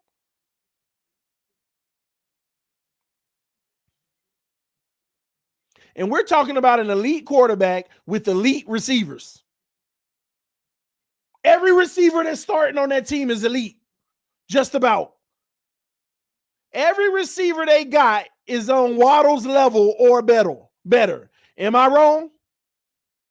Every receiver that the Bucs got that starts is on Waddle's level or better. Or has physical attributes that Waddle just can't contend with.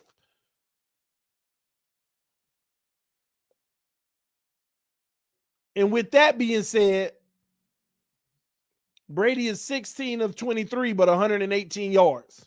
No touchdowns. Luckily, no interceptions.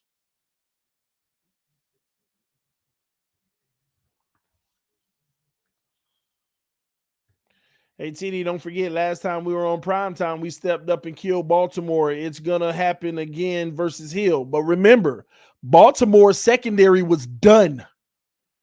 They didn't even have any more corners when we played them. Baltimore is out there running third and fourth string corners. Everybody knows it. They were done. And again, I know what our defense is going to do. But at least, and our offense was trashed halfway through that Baltimore game. Tua start lighting it up late in the game.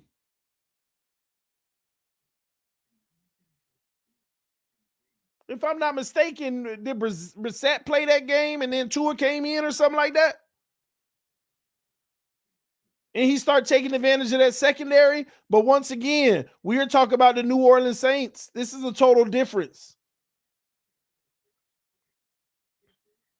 They're not going to let you run, and they're not going to let you do that organically. They can keep their linebackers at bay to stop the pass because you can't even run on their front defensive line. They run 5 defensive linemen typically, and they usually rush 4 to the quarterback, and 1 is usually spying for the run. And if it ain't a run, he backing out in coverage. Because that 4 can get to the quarterback, and if you run, that 5th one is dedicated to it. They clog lanes, man, and they push your guys back. Look at this is the Bucs offensive line. On a scale of 10, what do y'all rank the Bucs O-line? Hurry up, let me know. On a scale of 1 to 10, what do you rank the Bucs O-line?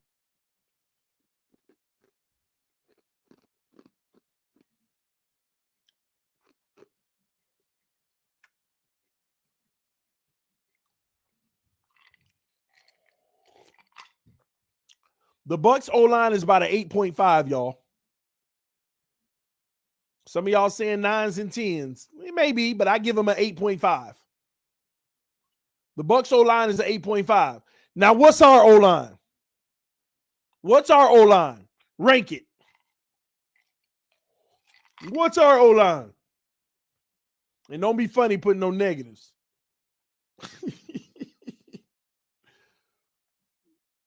Our O-line is like a 4. My thoughts, maybe 5 on occasions. Today they played like a 6.5, 7. They play like a 7. I'll give them that. But our O-line is about a solid 4 to 5.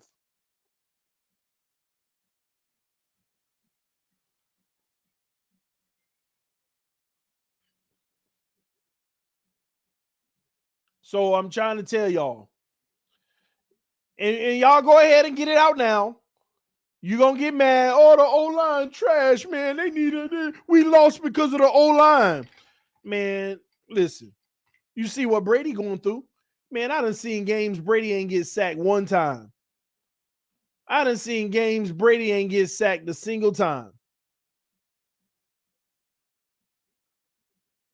He done already been sacked 3 times tonight.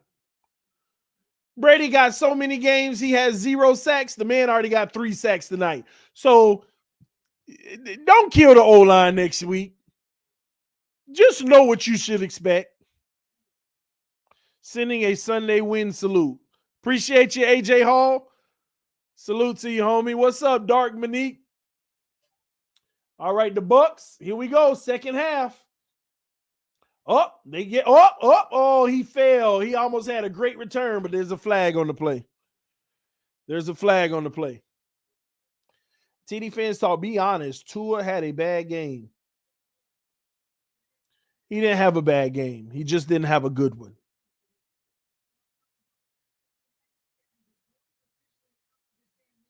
He didn't have a bad game. Tua was a even though I give him a C-, I ain't gonna front. He was a 5 today. He was a 5 today. Pick 6 was a bad play. Yeah, but again, y'all don't understand how many passes Tua is going to throw regardless of the defense.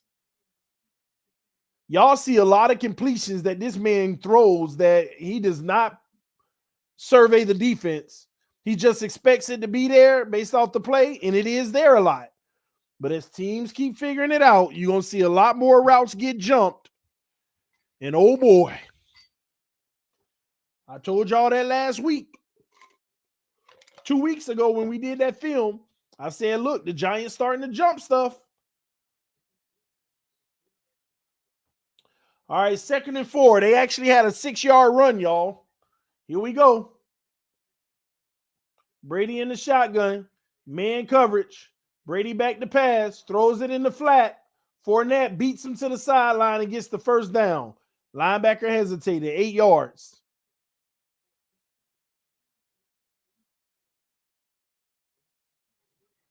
Hey, TD, 24-14 early score prediction versus New Orleans. I like that.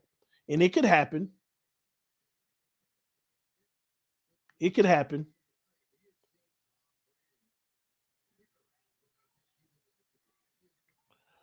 All right, man-to-man bump and run this time. Brady hands it off. And Fournette powers forward for 3 yards. See, Fournette is literally leading with that helmet, trying to get every bit, man.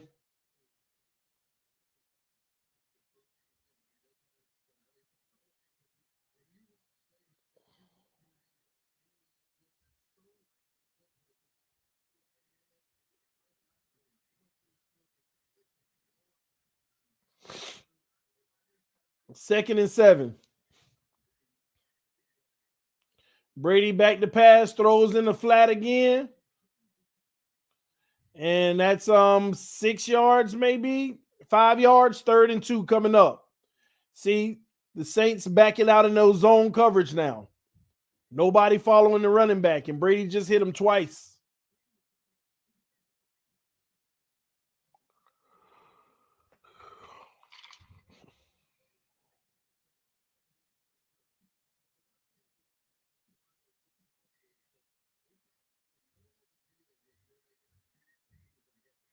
I'll tell you, D-Wade, give me a second. All right, 3rd and 2. This is that money down. Oh, you got Fournette wide open, but he goes. No, he wasn't wide open. Overthrew it. Man-to-man coverage. I think he had Fournette earlier, but when they threw the ball, I saw the defender was actually sitting there. I would have still got it to Fournette and seen if he could have broke the tackle and got the first down. Look at that. 3-man rush, and they still got the Brady face. 3-man rush, and they still got him Brady face. Y'all saw that?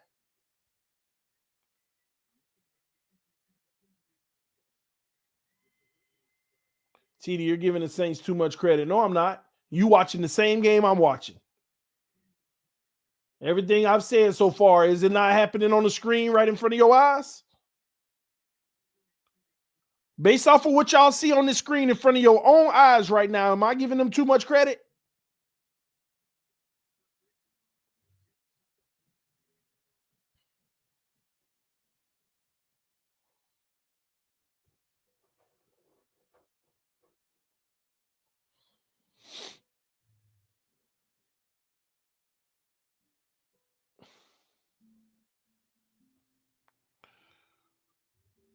Hunter Long on the boundary. You're right, TD, about mobile QBs. Josh Allen destroyed the Saints 31-6. The Cowboys destroyed them. Dak got off on them. Who else? It was somebody else destroyed them. Just the last 3 weeks, they played 3 mobile quarterbacks. Let me go look it up, because I've been studying this Saints game against us.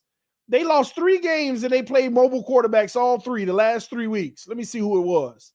Cowboys, Bills, and Eagles. Eagles beat them 40-29. Getting out on them. Tennessee beat them 23-21. Let me see, though. Let me see how that game went.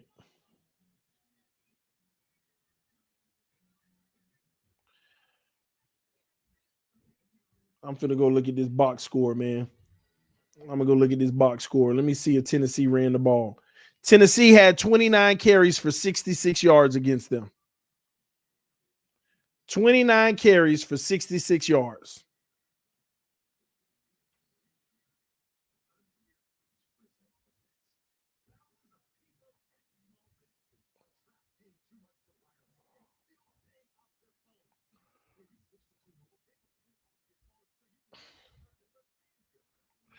Bring in Kaepernick for this game. Oh, Lord.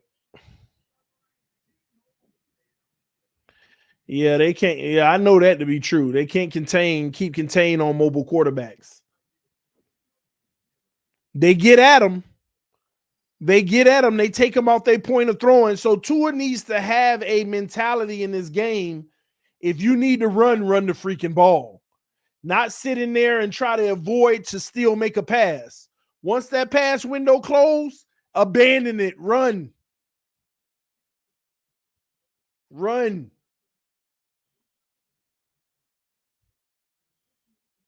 All right, here we go. 1st and 10 for the Saints. They hand it off on 1st down. Kamara gets 3 yards. Whose defense is better, ours or the Saints? It depends on what type of defense we playing. Are we running zone? Are we playing man? Are we mixing it up? That's what you got to ask yourself. Showing love to TD. Go Bills. Josh Allen is hot trash. Appreciate it, Rico. Hey, y'all got a W today. Y'all did a little something. I see y'all. But it ain't gonna work when it's all said and done. I see you. Hopefully I see you Wednesday.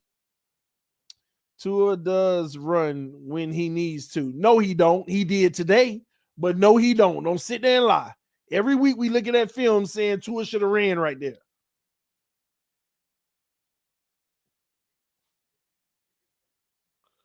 So Taysom Hill loses a yard. Now it's 3rd and 8.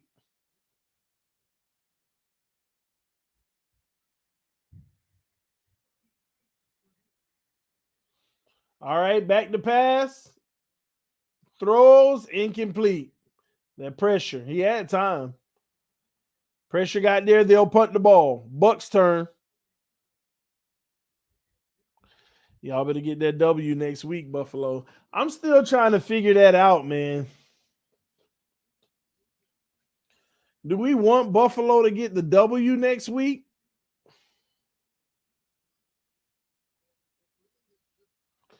I'm trying to figure that out because that'll put them at 9 wins. And then they play the Falcons and the Jets. See, they probably gonna win both of those games, though. So I really don't think I want them to win next week.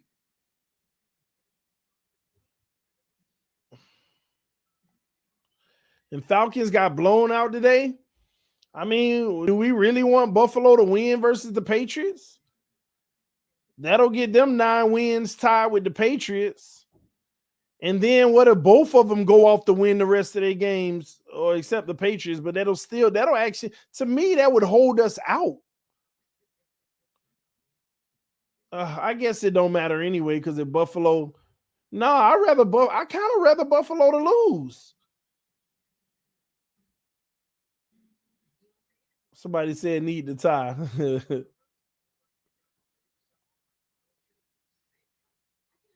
I don't know. We got tiebreaker versus Patriots. Yeah. Let me see. Let me look at the Patriots remaining games.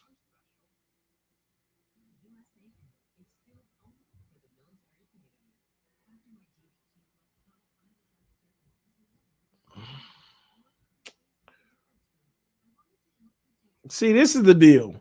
The Patriots got 9 wins. Y'all say y'all need the Bills to win.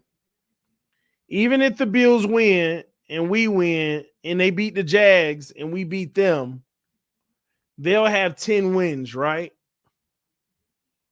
Yeah, they'll have 10 wins. The problem is if Buffalo beats them,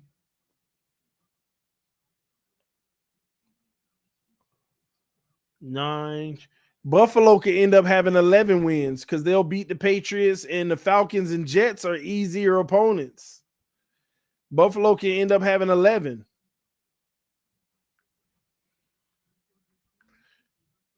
And yeah, we'll win the tiebreaker in New England.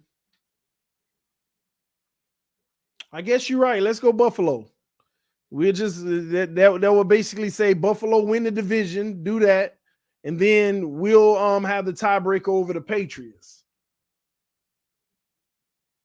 Yeah, I guess that is the better look. Buffalo win the division, and Dolphins win the tiebreaker over the Patriots by winning out. So, God dog, let's go Trash Allen. I'm still a Trash Allen fan for the rest of the season. Oh boy. All right, Bucks running the ball. Good patience by Fournette. He was very patient on that, trying to figure out which hole to go through, and he found the right one. So there you have it. We still like Trash Allen for the rest of the season. Let's see if they can make do against the Patriots. So that means that last game of the season going to be all the more important if we can win these next two.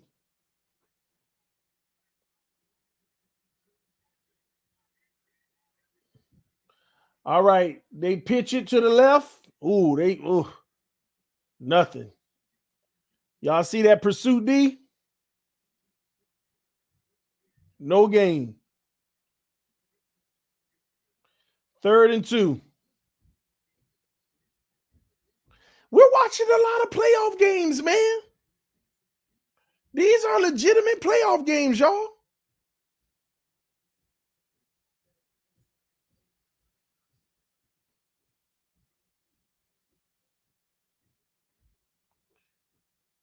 Where's my mount? Where's my remote?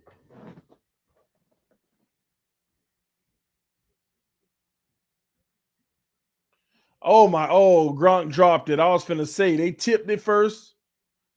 Gronk almost had it.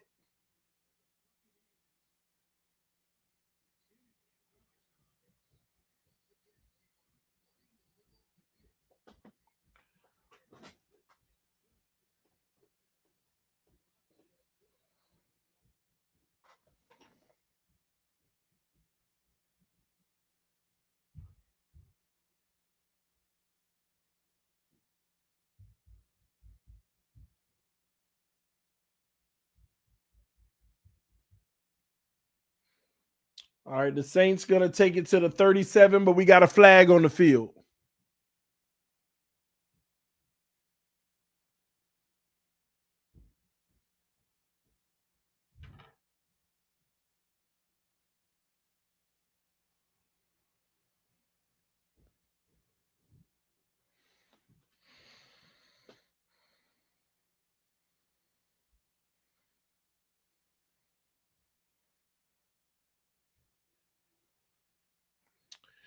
You know what's crazy, TD? When we beat Tennessee, we could have the tiebreaker over Tennessee and Baltimore, especially if Tennessee loses again versus 49ers next week. We could be looking at the 6th seed. I got to be 100 with you, bro. I'm just going to focus on the Saints first. We talk about Tennessee. We lose to the Saints. Does it even matter anymore?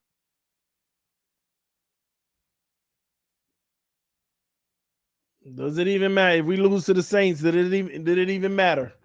But I will say this, man. There is actually a way that if we lost to the Saints, we could still get in, but we'd have to hope for a lot to happen.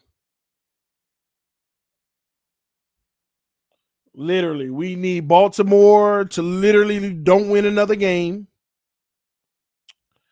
Well, one more they can win, but we'll need them to lose the other ones. We need Tennessee to not win another game. Those are some of the things we would need to happen.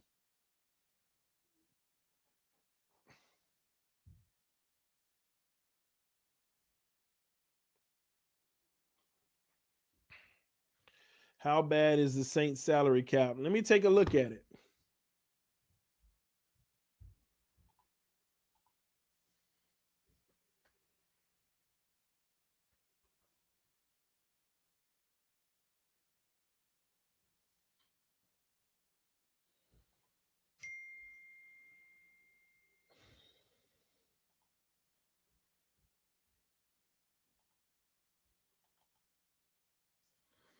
I'll let you know in a second. So, New Orleans Saints next year, what money will they have? Oh, they screwed. They screwed. How in the heck? Next year, they're projected negative 60 million. They are the worst with Green Bay by far. So they are actually going to be losing a lot of players. They know they have to make some big name cuts next year. They actually are one of 4 teams in the negative. New Orleans Saints, negative 60 million. Green Bay, negative 34, but they're going to correct that by just trading. They're going to trade Aaron, so they're going to probably be plus 10 when that's plus 5 or something when that's done. Dallas Cowboys, negative 12. And Minnesota, negative 10. Where the hell, excuse me, but where do you think the Saints is supposed to clear up 60 million? They gonna do it, but man, they got too many people under contract. So they got a lot of people they're not gonna let finish their contract that they about to cut. Saints ain't got no money. And people talk about they gonna get Watson. They ain't got no money. They got to deplete their roster if they even want to think about it. 2nd and 10.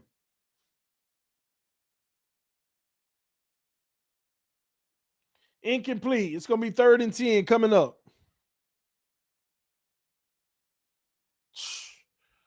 Man, Saints ain't finna be doing nothing, man. They finna try to go upgrade their quarterback position with a solid guy. Yeah, they might even draft one.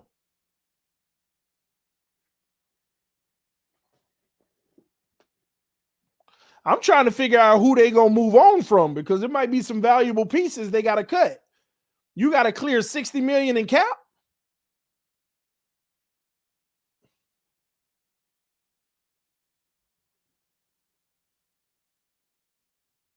And he gets sacked for 2 yards out of bounds, and they're gonna punt the ball.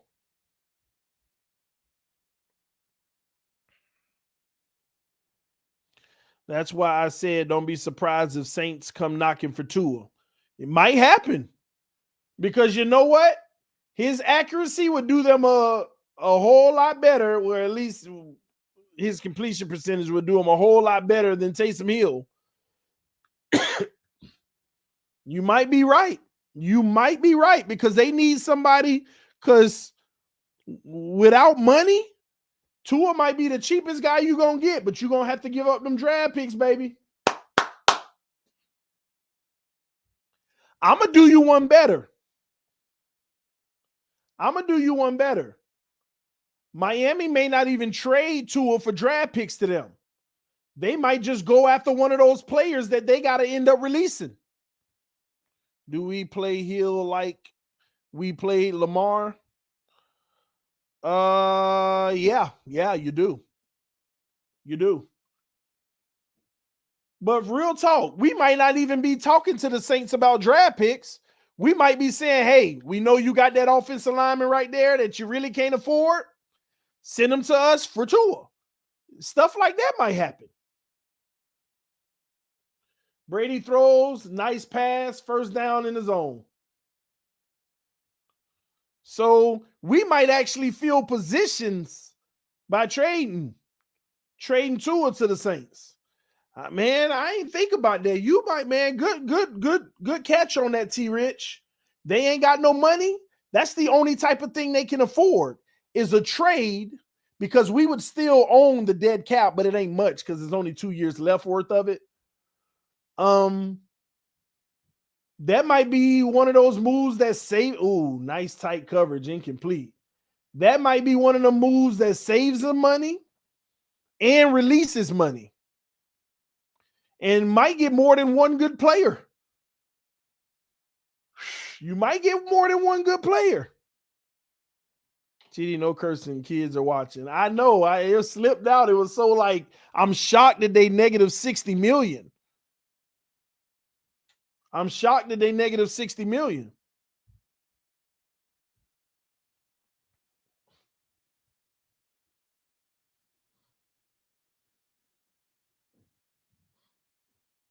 Delayed handoff, they give up 3 yards.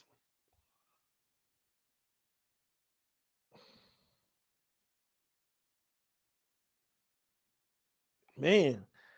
But the Dallas Cowboys -12, so they got to clear up some space. I would be looking at a potential Tony Pollard from Dallas. Minnesota Vikings -10 million. One of them receivers, are they coming available?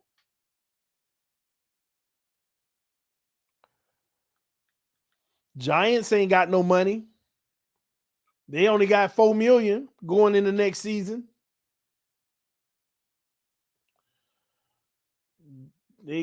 So it's going to be fourth down. The Bucks are going to have to try to kick a long field goal, or will they go for it? It's 4th and 1, a long one. The Rams ain't got no money. They're going to have 6 million next year. Buffalo's only going to have 10 million next year. San Francisco only going to have 10 million.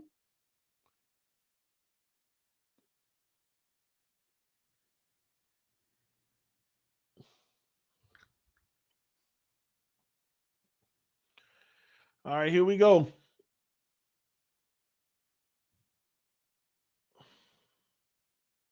Brady, 4th and 1, back to pass, throws the deep ball, negative, incomplete. See? They make it tough, man. Didn't even punt, turnover on downs.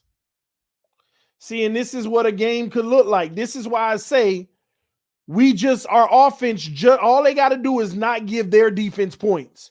No pick sixes, no fumbles in our own territory for field goals. Just don't give their defense points. I mean, just our offense, don't give them points, because they are going to make it tough.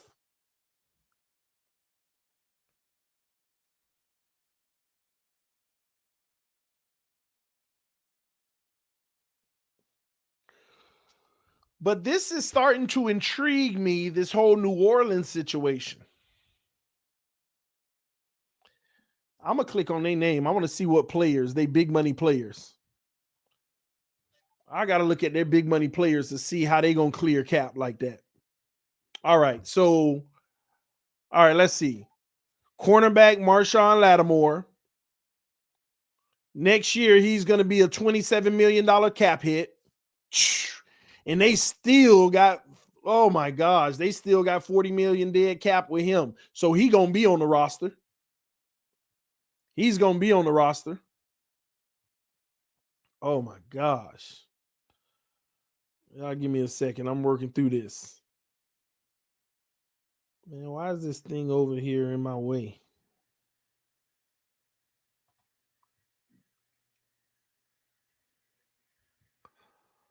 Give me a second.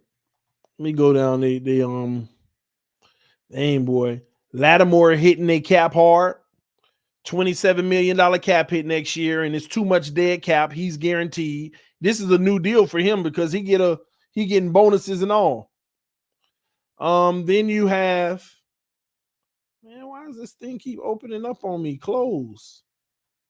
Gosh. You're in my way. Can't even read the thing. Yeah, give me a second. I don't know why this thing keep popping up on me. All right, Michael Thomas is number 2. He a $25 million cap hit. And he got 22 million in dead cap, so he gonna be on the team. They're not gonna pay these guys and just own the whole dead cap. You got Ryan, the right tackle, $23 million. Man, Saints get 2 yards, maybe 3 on the rush. They right tackle, they paying $23 million. And he got 37 in dead cap. You ain't getting rid of him. Cameron Jordan, $23 million cap hit, the defensive end. He got 21 million in dead cap. You can't get rid of him. Audris Pete, 15.5 million, the guard, and he got a 14 million dead cap. His contract secured for next year, unless you're trading him away. Alvin Kamara, $15 million, and he got a $20 million dead cap, so he on the team. David Onyemata, which is the defensive tackle, 13 million with a 9 million dead cap. He's probably on the team. Terran Armstead, the left tackle, who must be injured or something is wrong, but he got 13 million cap and a 13 million dead cap, so he getting his money. Throw deep. Oh, incomplete. They're going to punt the ball. I'm sorry, ladies and gentlemen. Now, Taysom Hill is a $12 million cap hit with a 19 million dead cap. You can't even let him go.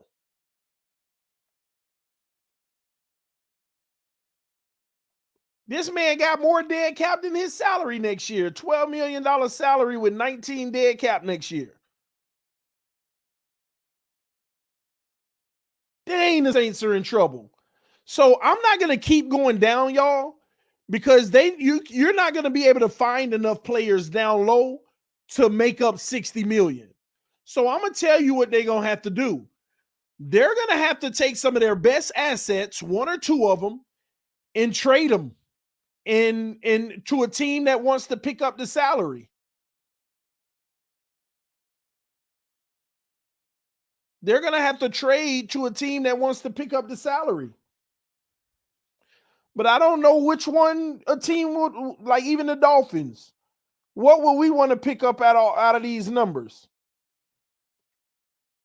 I like the right tackle, but that's $23 million. Would y'all trade for a $23 million right tackle?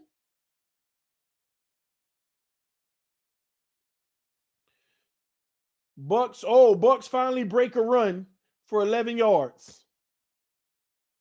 Man, you ain't bringing Lattimore in, man. Didn't you hear what I said? Lattimore finna get $27 million. So would you go for a right tackle for $23 million? Yeah, you might well go back and get Tunsil. I know he the best right tackle in the league, but God dog.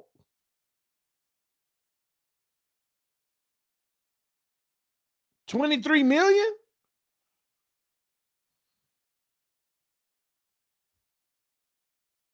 Uh-oh, the Bucks running the ball. They got around that edge. Huge run. They finally doing something.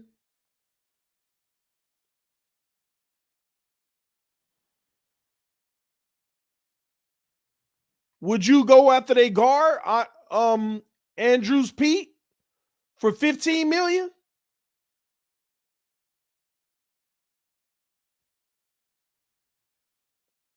Would you take their guard for $15 million?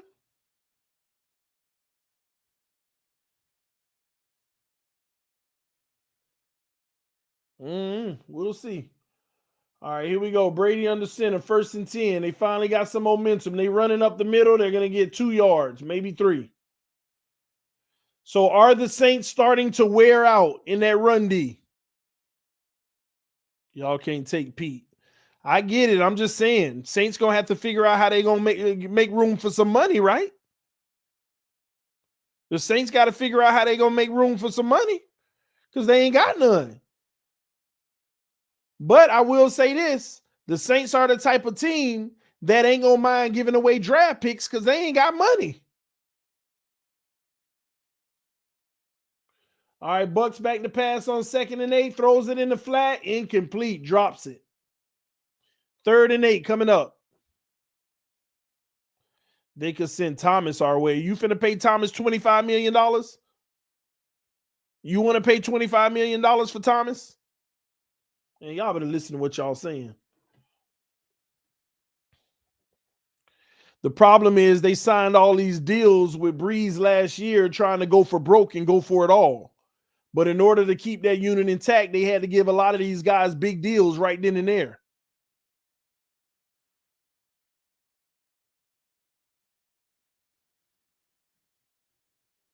Third and 8. Can the Bucks execute right here? Cross the middle to Gronk. Good job. 1st down. We're going to have to get a lot of those tight throws like that and convert them. We can do it.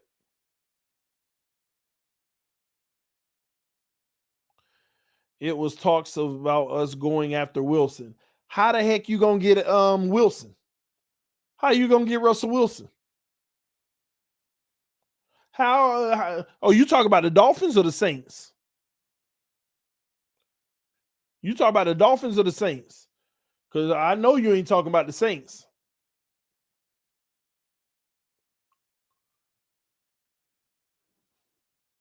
Oh my gosh, Gronk, that should have been caught. I think you just couldn't locate the ball. That was a teardrop by Brady.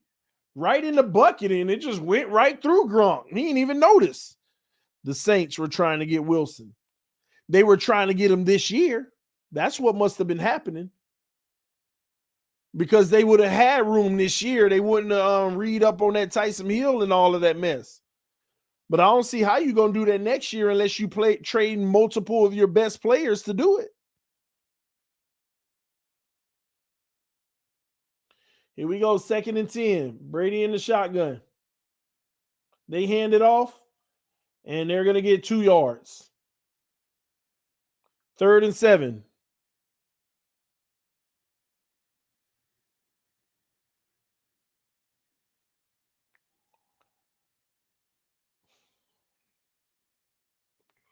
I'm going to keep my eye on this New Orleans situation because I want to know how they're going to figure out this salary cap. I know they'll restructure some of these deals and try to make some room, but I want to actually know how they're going to maneuver this. I want to see what they're going to do. They are definitely going to be looking for a cheaper quarterback. And man, that whole Tua situation, it might really be intriguing to them. Oh, Brady in trouble. Brady's going to run. Brady fumbles. There go that defense. And Lattimore picks it up. But the Saints took the ball away. You see what they doing? They are doing this with organic 4-man rush. Organic 4-man rush. And I'm going to tell you now, you know who you better be worried about? Jesse Davis. Jordan is going to be all over this man. Cameron Jordan is about to – Jesse Davis is going to have to deal with Cameron Jordan. And we might have to run a lot of 3-man routes.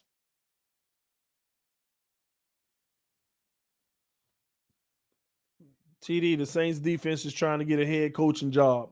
Well, you know how you get head coaching jobs? You show yourself to the world on a Monday night. Hill running the ball gets 8 yards. 2nd and 2 coming up.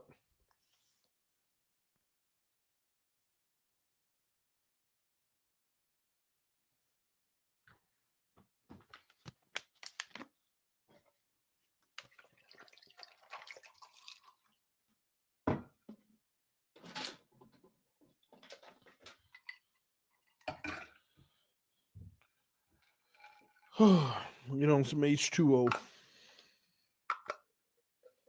Hill toss to the right. Kamara gets back to the line of scrimmage. 3rd and 2 coming up.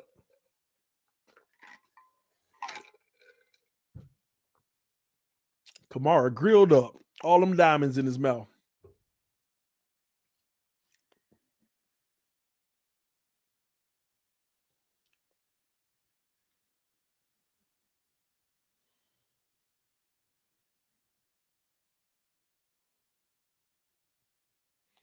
All right, 3rd and 2. Let's see what they can do.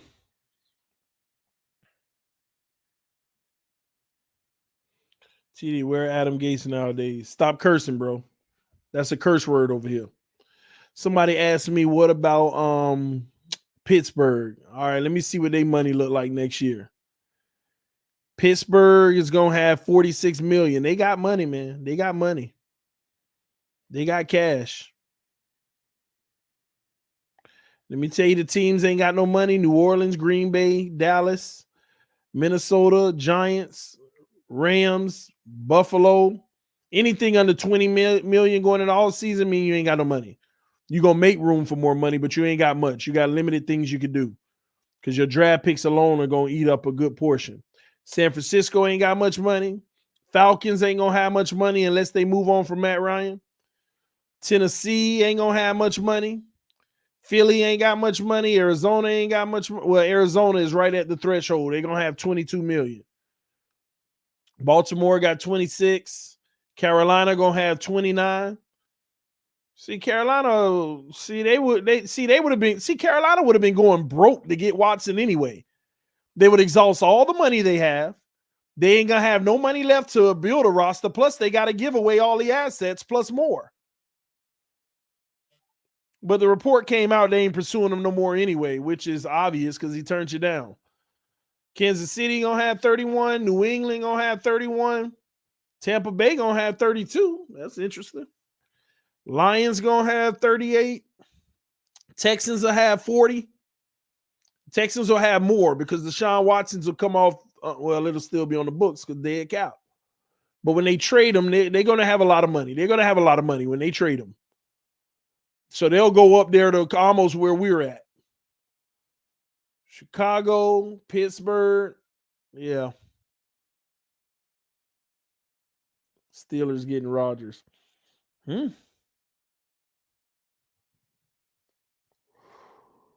Oh, I got you, Ian.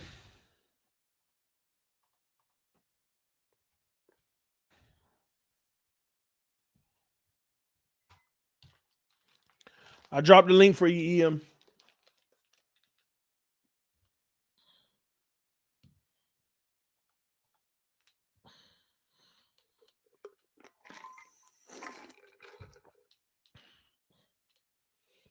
All right, here we go. Saints. 2 to the left, 1 to the right. Hill, quarterback keeper. And they're not going to get the first down. Still stuffed.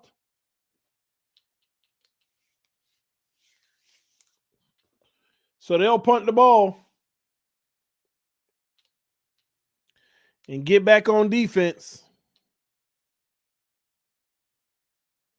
Ian say, give me a minute. He always talk about Lincoln. He don't be ready. Give me a minute. Good job by the Bucs, though, setting the edge on that, forcing Hill inside.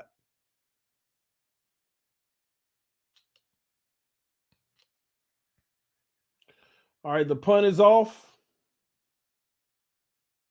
And they chop him down right away at the 30-yard line.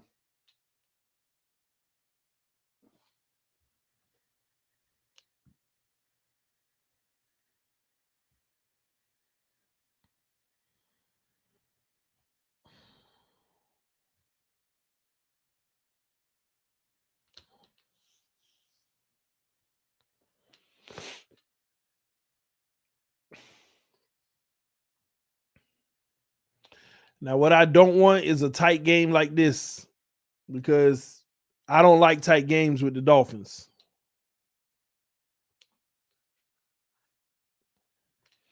I don't like tight games, man. Brady going audible at the line. They toss to the right. They get on the outside and get 6 yards.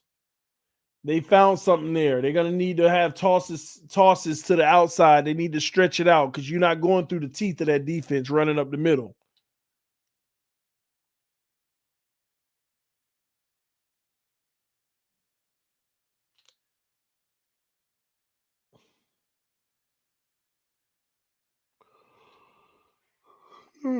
Second and 4. Hey, T, do you think we can win division? No, but it's a possibility. 2 to the left, 2 to the right. Brady in the shotgun, signaling to Gronk. Throws the screen on the other side. Oh, he broke a tackle, but that pursuit D. Well, did he get it first? Because I don't know if they touched him. Yeah, they touched him. 3rd and 1. 3rd and 1 coming up.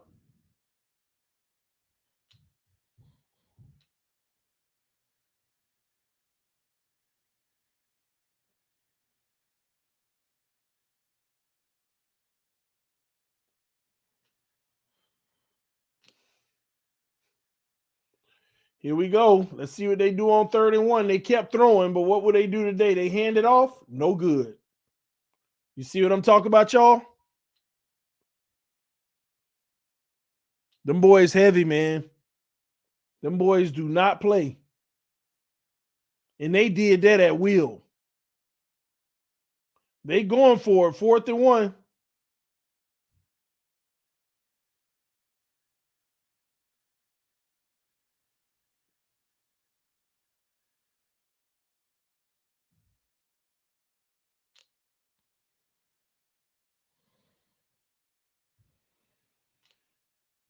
Oh, they punting the ball. I thought they were going for it.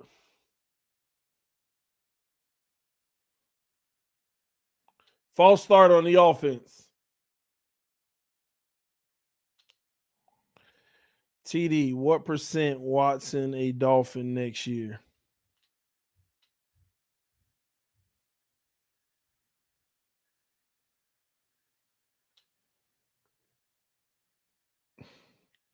It's too many the variable is all I'm keep trying to tell y'all is there's only one deciding factor in Watson.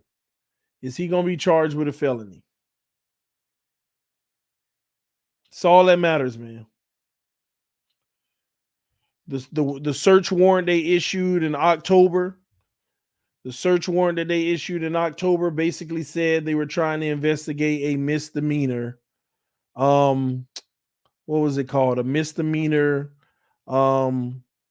indecent assault.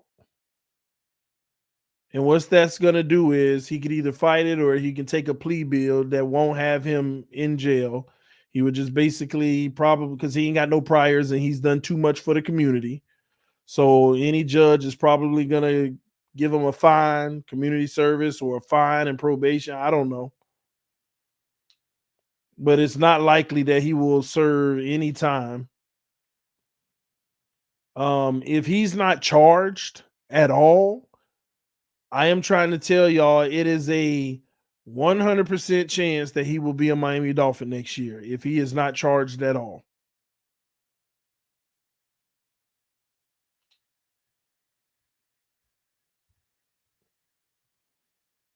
No, I ain't going back and forth with nobody, but like I said, if the man does not get charged at all, 100% chance he is a Miami Dolphin next year.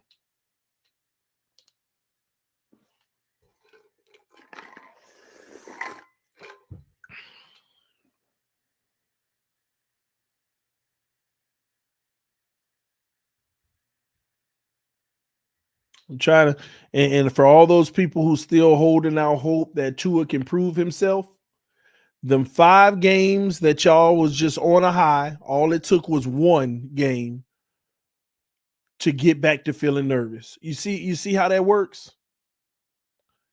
5 games, some of you felt hopeful because of what happened in the last 5 games, and all it took was 1 game to get you right back into a nervous state. That's all you need to know. That's all you need to know. Are you getting a Watson jersey if he comes to Miami?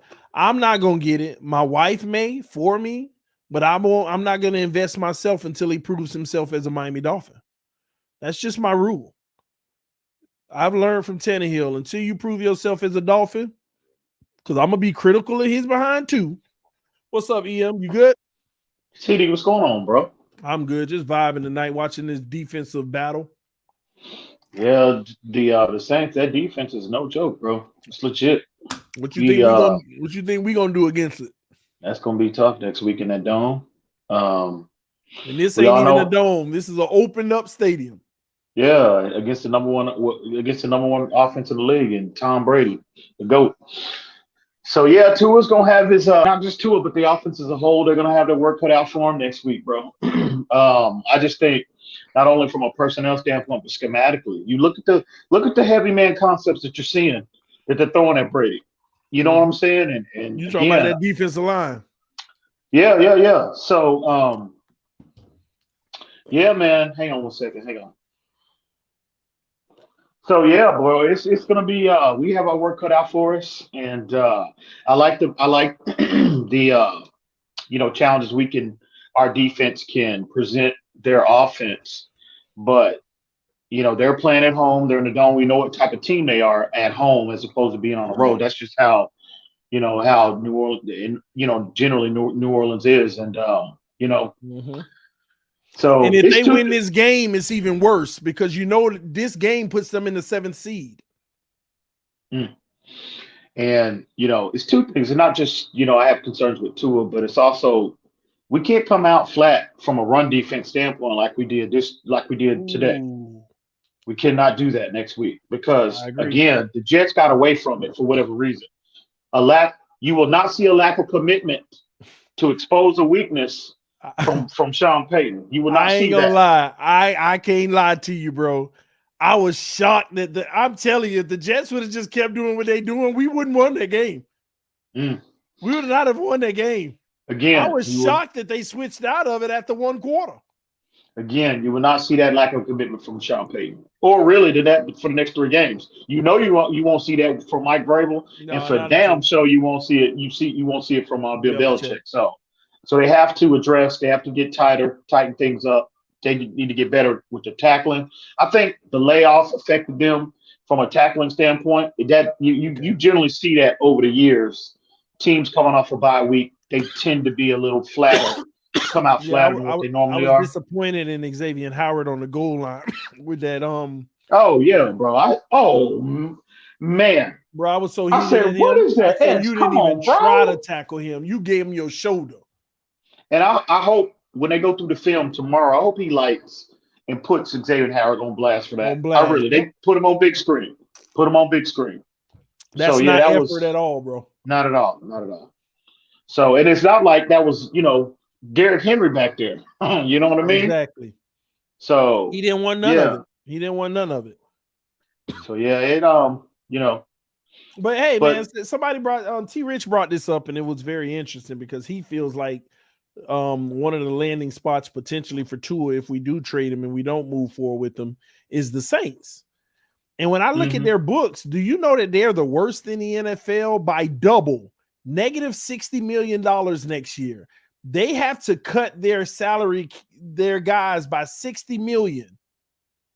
And when I look at all their players and their money, the top 7 players all make up about $130 million. And not only that, those guys all have dead cap more than their salary, which means is they can't cut them. Wow.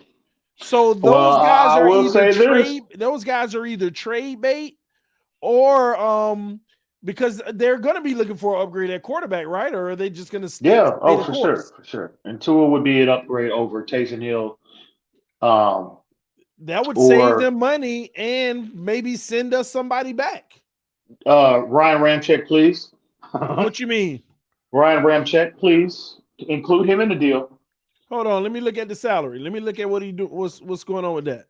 They just extended him in this offseason, I believe. He ain't making much money next year.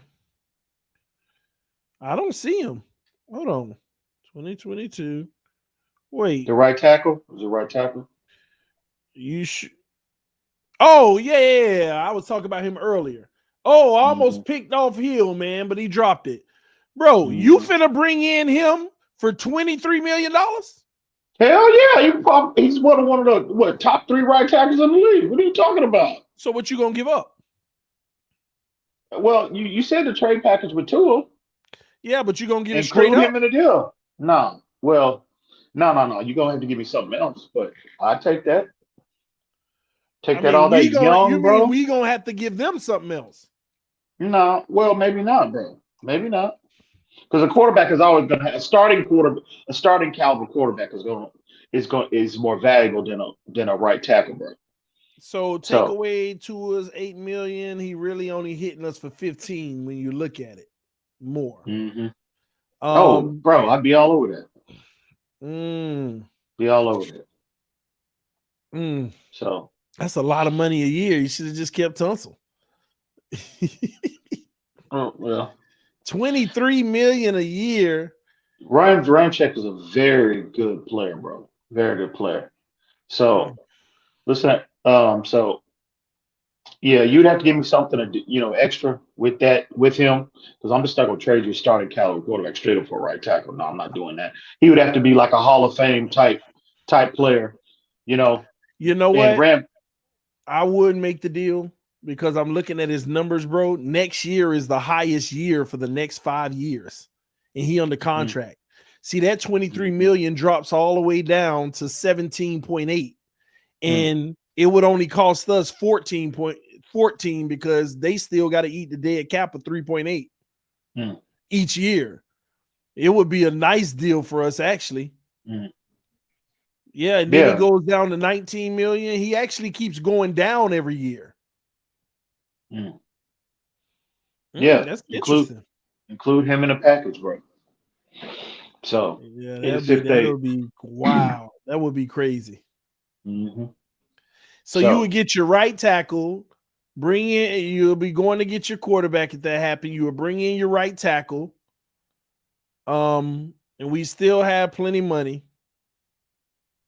And you can still go and really make, really all you would need at that point is a linebacker and a maybe a guard.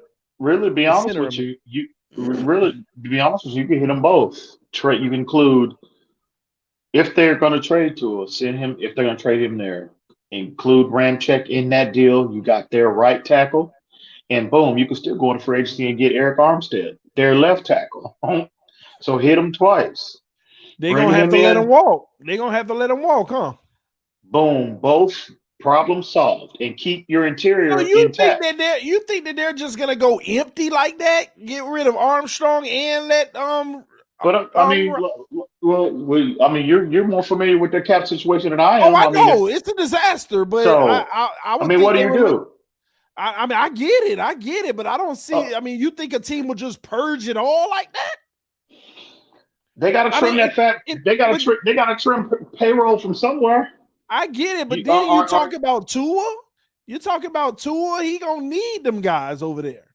I agree. But Marshawn Lattimore gonna hit them for $27 million next year, bro. That's what I'm saying. Are you gonna let him? Are you gonna let him walk? You can't. Well, it ain't no walking for Marshawn Lattimore. He got a $40 million dead cap. Oh, these contracts are crazy, bro. Michael Thomas gonna hit him for $25 million. Well, Cameron Jordan is gonna hit him for $23 million. These contracts are wild, bro. They are literally paid all of their stars the premium dollar. What about their guard? What about the guard, Pete? Andres Pete? He's been productive. He's been a productive player, but they giving him $15 million. He's been productive in the league. I don't think, our guard situation is I'm seeing improvement. Hunt is solid, I'm willing from what, and I get Austin Jackson still struggling, but, I'm willing to wait and see what he looks like next year before I want to entertain an upgrade, because his draft status, you want to see if you can finally get, your return on his, 18 overall status. And, he, even though he's struggling, he's not wrecking your game for you. You know what I'm saying? So he's been getting, and he's getting better in the run game. Who is this you talk about? Austin Jackson. Yeah. So, but if you solidify your tackle position with both of those players, and you don't need the greatest old lineman across the board. I mean, no. I think Dieter is more than serviceable at center. Robert Hunt is solid. Who knows? Hopefully, Austin Jackson develops into a solid player, and he might with the improvement of what Eric Armstead would bring, right? Yeah. And problem solved, bro. That's more than enough, in my opinion. That'll be the best O-line that, well, if they trade, but, that'll be the best O-line that Sean Watson collectively has had, for his entire NFL career. So, and they might actually have to move on from Michael Thomas, even though he's a $25 million cap hit. His dead cap's only 23, and he got 3 more years on the contract. They may just eat it and eat that $7.5 million each year, spread it out, because that means they can cut him and go ahead and pay the $7.5 million for each year for 3 years, and that'll save them about $15 million and bring them down to negative 45. Because I don't think anybody's gonna trade for that contract, $25 million a year.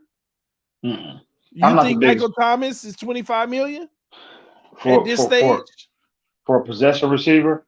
Yeah. No, I'm not. I'm not doing so, that. I don't think they're going to do that because what they did, they backloaded his contract. They gave him a little bit early and they gave him a lot late. Like this year, he's only a $10 million cap hit, but they increased the other years.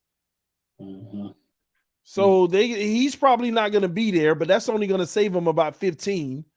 So that can get him down to 45. They still going to have to make some moves with big players. So somebody in that big player room outside of Thomas, he's probably one of them. That's what it looks like. And one more is definitely probably going to be coming out the books. Yeah, Armstead, I'm seeing, but it's interesting. The Armstead one, his contract is void next year. Let me read more into that. I don't know why it says this. He's the only one in the gold that says void. Let me read it real quick.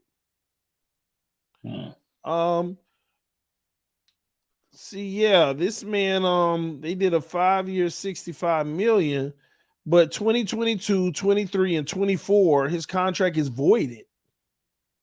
And maybe those are voidable years and they're going to let him walk. Which means that they're just going to spread out the dead cap each year. So they'll take a $13 million dead cap next year and they voided out the rest of his contract.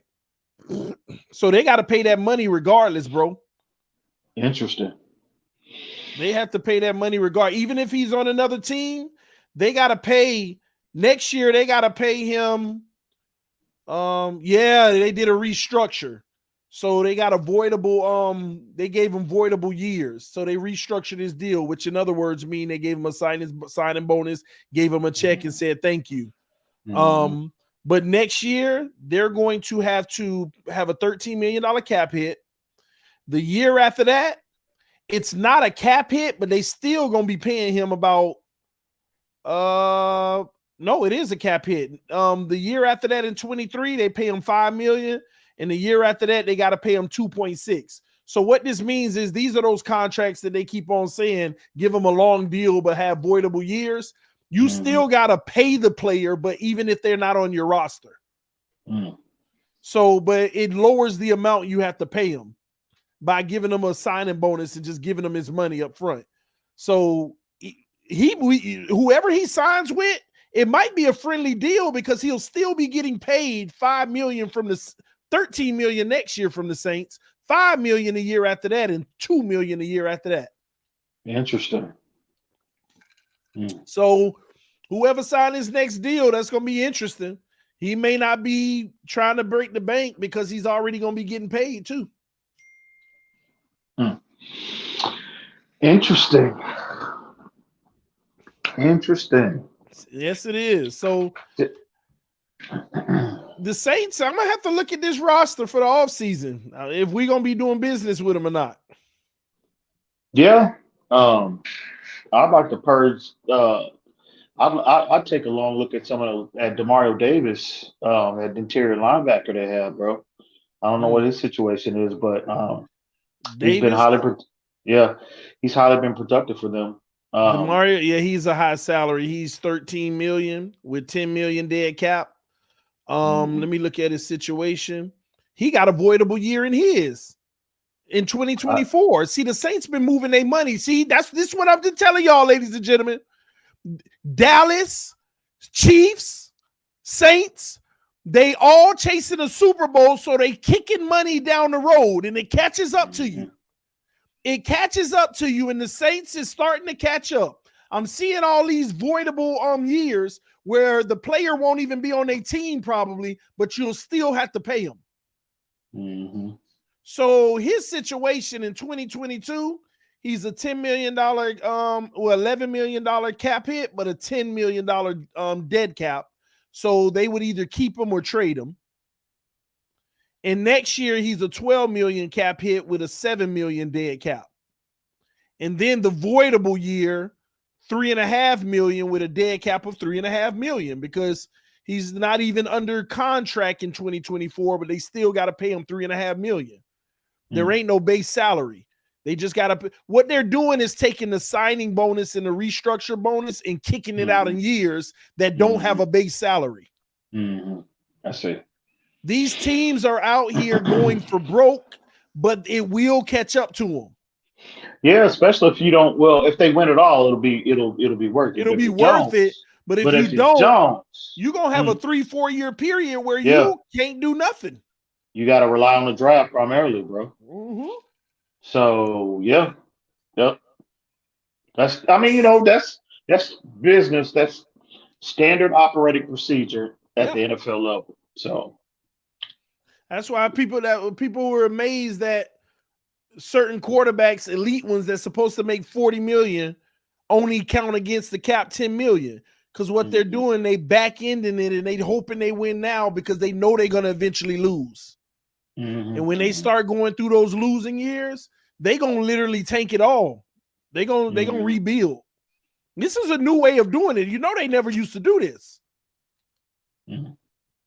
The first team that started this was the Dallas Cowboys about 3 years ago when they signed that offensive lineman to a 7-year deal and basically made 2 years voidable on the contract. They were like the first ones I ever seen do it. Teams are not caring about the future. They're trying to get it at the immediate moment if they see that window. And that's why they be loaded too. But that's what you do, That's what you do. When you got, if you feel that window, if for the books, though. But that's a recipe for not long term. Yeah. So, but I like this though for the simple fact they got a lot of players that we may be able to purge because you already got voidable years, so it ain't much more you could do. Yeah, man, we'll see. I can believe they about to beat the Bucks, bro. That defense is legit, bro. It's legit. I didn't want this. I wanted them to not be I wanted them to be behind the playoff ball, but this would have knocked them all the way to like 12th, bro. If they lost, now they're going to be in the 7th seed with this victory. So they're going to be up. They're going to get up next Monday on Monday night too, bro. That's going to be a buzzsaw. Let's go. The worst thing that can happen is if we get embarrassed. The worst thing that can happen is if we get embarrassed, bro. Why do I say that? First of all, it probably is going to seal our playoffs. That means the effort to win was for nothing. We should have just been developing Tua. Also, that hurts Tua's trade value. And you showing the world, bro. You showing the world free agents. Yeah. Yep. Yeah, it's gonna be. I think if they come out, if the Saints are able to move the football on the ground, they're gassing us early. Let me say this, EM. I know people think that the run defense has improved. I don't see it that way. I feel like when we run a lot of zeros and stuff, we close every gap. We get, you see what I mean? Because if somebody break one, they break it, and that's happened to us already. You see what I mean? Yeah. I look at it. Well, you got to look at, the Jets have, one of the more, they have one of the, I'm not gonna say one of the better offensive line, but their line is solid. So, the O line. Yeah. With I thought they best players, but I thought their best players were hurt. Were they hurt today? I gotta go look, but I thought them guys was hurt from the beginning of the season out. I know Vera Tucker played today. I'm not sure about Morgan Moses. I have to go back and look at the game. But Guy Becton, did he not play today? I thought he was on IR from the beginning of the season. No. I thought Richie was like he can't catch a break with his injuries. Maybe he did play. I didn't think he played. I thought Becton's been hurt for a long time. Well, somebody in the chat said Becton was out. Yeah, I thought he'd been hurt. I remember Richie was like, Becton can't catch a break. He's done for the season. Yeah, I mean, most of them guys weren't even there, bro. Yeah. Well,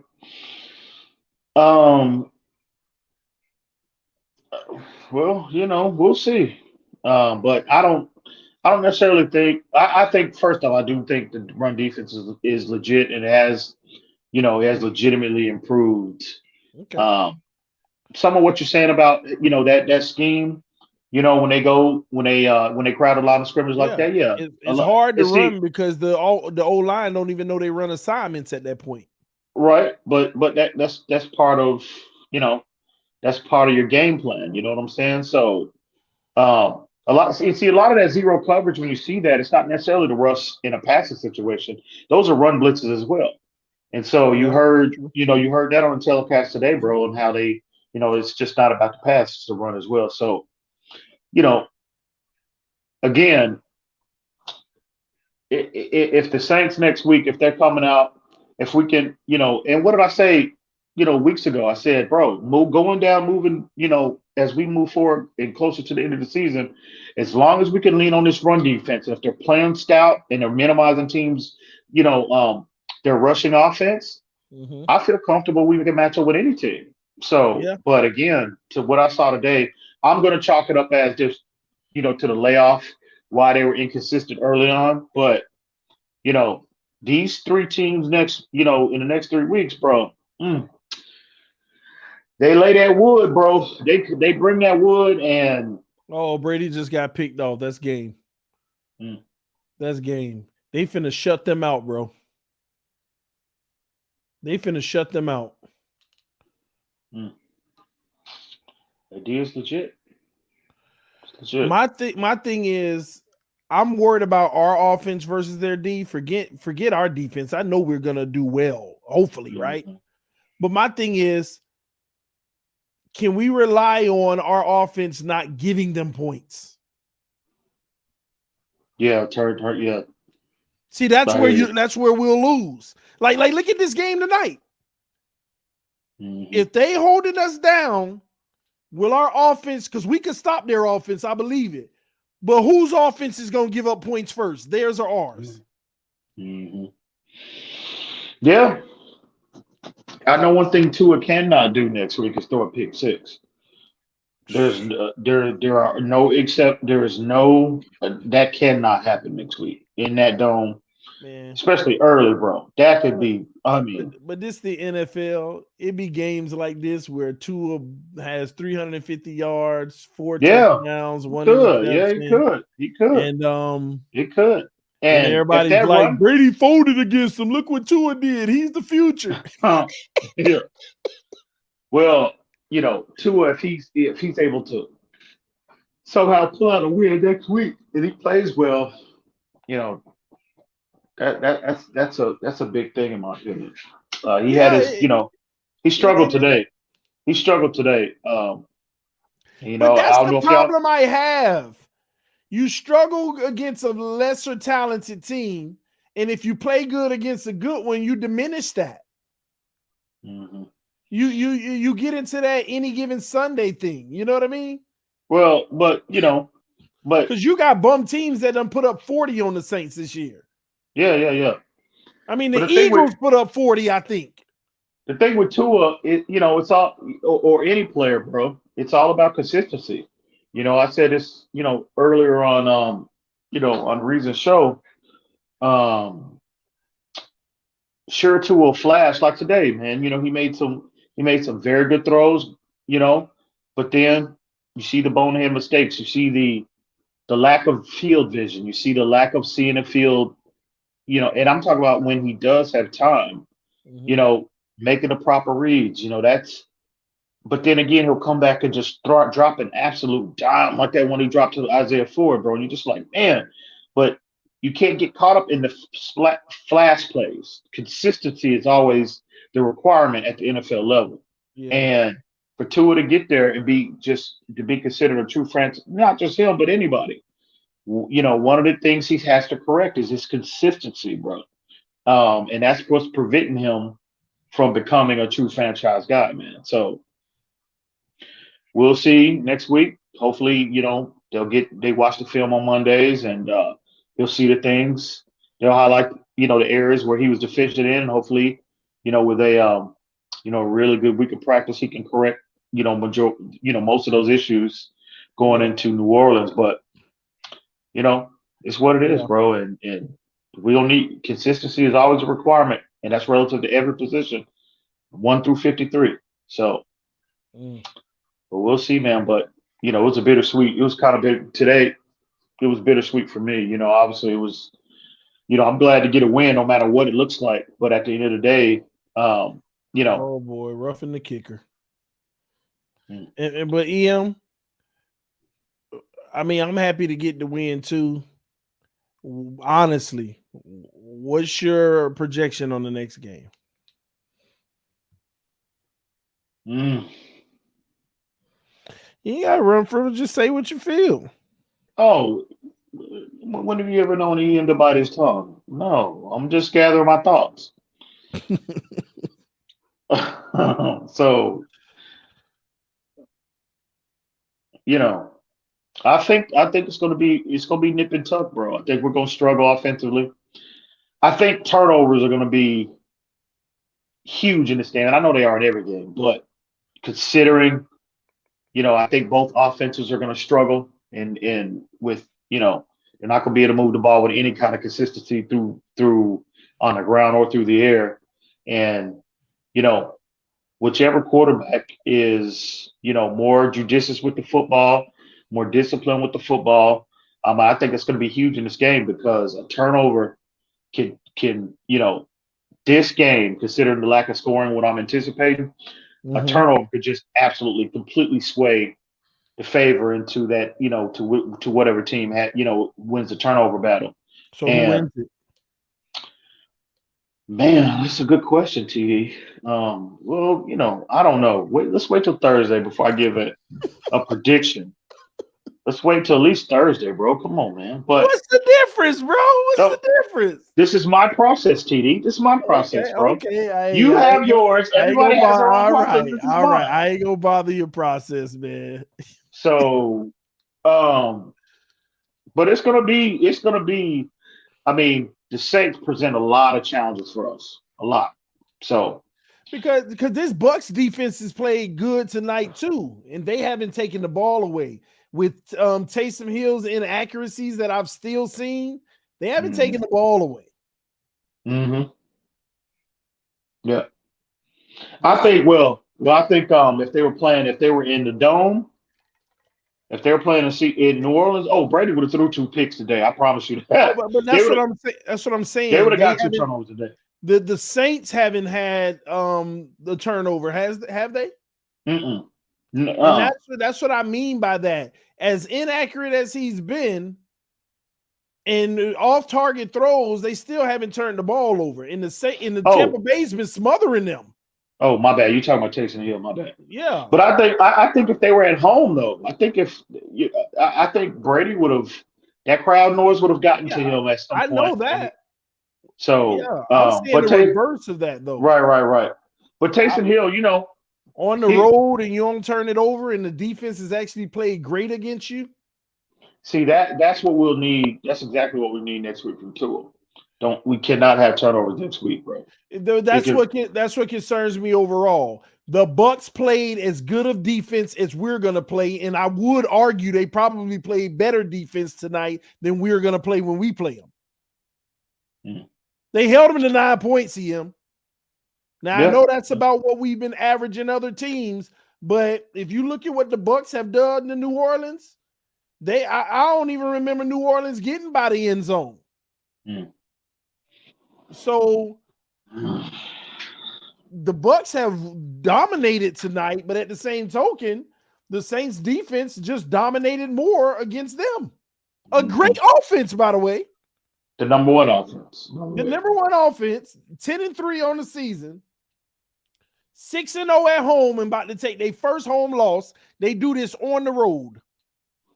But look at we all know who Brady is, but if you break the game down, look at that, like your argument about Tua struggles in man coverage. That's just not a Tua issue, bro. That's I told you. Look at Brady tonight. Yeah, I know that, but Brady more so struggled in that pocket tonight too. Well, yeah, actually, that's true. But when you have cornerbacks, that's why man cover corners are so coveted at this level. Because no team, I guarantee you, if you poll every defensive coordinator in a National Football League, and you ask them what would be their preference in terms of like either man or zone, Of they're course, gonna tell you it's gonna be man, right? man. If you have the personnel. So, but that's the whole thing. Cover I don't know corners, why. great, good cover corners. You know, they're hard to find, bro. They're like great cornerbacks, they're like great pass rushers, they're like great O linemen. They're difficult to find. So, but the Saints, bro, scheme wise, that's why I said that's gonna be a tough matchup because not only personnel but scheme because they deploy a lot of man concepts Yeah, and they got guys that can cover. why is it that like the NFC has like the teams that do this, like the Saints and the Bucks? You know what I mean? Like Well, who in the AFC does it other than us? you got Baltimore, you got New England. Yeah, but they depleted in the secondary. Well, yeah, but generally that's Generally, I get it. I'm just saying right now, these are the two teams that deploy this concept, and these are the two teams that can beat all of them teams in the AFC, in my opinion, because of this concept. Mahomes is really bad in this concept. Lamar is terrible in it. Josh Allen shows up every time in this concept when somebody do it. You look like this. It's always. Yeah, I mean, but again, like I said, TD, I mean, you have Kansas City runs a lot of man concepts as well. Steve Spagnuolo generally has been. He seems to be a more aggressive coach, and then they'll play a lot of man on the back end. But you know, again, you got to have the personnel to do it. And it's only every year it's only a handful of teams that have the personnel to deploy to adopt this approach and be good at it. And you know, so the Saints, the Bucks, let's see who else in the NFC that generally. I'm sitting here feeling like I don't even want to watch that game Monday night. Man, stop it! No, I'm gonna watch. I'm gonna watch, but I'm saying like this is like I feel like it's gonna be the most nerve-wracking telling game. And I'm just hopeful that we're just shocked. Like, oh my gosh, we balling, but God, dog. Any logic in me feels like this can be the worst situation. But my hope is like, man, what if we could just get a great, powerful game? Put your big boy pants on. That's what you get paid that money for, bro. It's the NFL. I don't want to hear that. Get your behind out there and get it done. Period. I just can't take. I guess my issue is I cannot take for the life of me a Denver or Raiders game. I can't take that in my spirit, bro. Being this close, going on this type of run, just to have one of those type of games. I hear you. Tua's got to play with. He definitely for damn sure got to play better than he did today. I'm saying the team, period. Yeah, I get it. But Tua's going to have for us to play well. The quarterback is always a huge contributor. Today wasn't a Denver or Raiders game. It could have got there now. The way he played wasn't a Denver or Raiders game. Well, I would say that he played worse today because he had 2 turnovers, bro. He didn't have turnovers in those games. Yeah, but you might as well say he did. We punted 89% of the time. Well, he had the benefit of. We couldn't get first, bro. We couldn't get a first down in them games, like almost like never. Well, we didn't. You know, Well, I look at it like this. Tua had the benefit of a run game today. This is the best. I think this might be from a rushing offense standpoint, this might have been the most support Tua's had since he's been in Miami Dolphins. So he didn't have the support in Denver, and he didn't have the support that's the weird part about it. You finally get run support and you have a bad game. Yeah, I know. That's why I was so disappointed in Tua. I literally text you too. Both of y'all, you in reason. I said, I am so disappointed in Tua because I anticipated with the support that was given him today, this should have been one of his probably his best individual statistical games since he's been a Dolphin. I'm just seeing your text. I text both of you. I said, I'm very disappointed in Tua today. I got to be honest. So, you know, I know a lot of people's response is, oh, well, everybody has a bad game, this and that. But see, here's where I am. This is deeper than just this game. Okay, it is all year long. We've been talking about, man, if Tua can get the support in this area, if Tua can get support there, the running game, if he could just give him time. O-line played He well. had he had all that. The line was dominant today. Let's give them some credit too, bro. Yeah. I said this on Reason Show earlier. Let's give this line some love, bro. They were dominant today. And they're gonna be blaming them next week if they go down like that. Yeah, for sure. But Tua had just the most support that he's had, bro. And again, it's not just that. But not they say alone Waddle that, wasn't out there. well, look, it's not just the fact that he struggled. It's how he struggled in the format that he struggled in. They took the RPO approach away from him early on. True. We're sitting on everything underneath. And they forced him into a traditional drop back progression based approach, and he had the worst game of the season, worse than Buffalo. What have I been saying pre-draft? So what have I been saying since day one? Man to man, send pressure, take away all the first reads, then you force him to be a quarterback that has to read the levels of the field, and it ain't gonna look good. And that's why when we went away from it, and we see, people don't understand, EM, in the last 5 weeks, we just basically said we are never going to put you in a situation where you run that kind of offense because you're not good at it.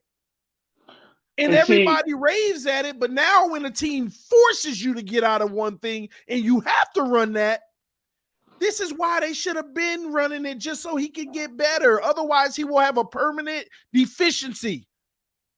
Look at this fins up fool here. EM, you sound like an idiot. Brady just had a bad game. See, you can apply that to that one game, that one bad game logic to Tom Brady, because we've seen him giving them sample size that he has given us for the duration of his career, that he can overcome these issues that we saw tonight. He had a game like that last year, won the Super Bowl. But the issues that continuously are plaguing Tua hasn't proven he can overcome those issues at this stage of his career.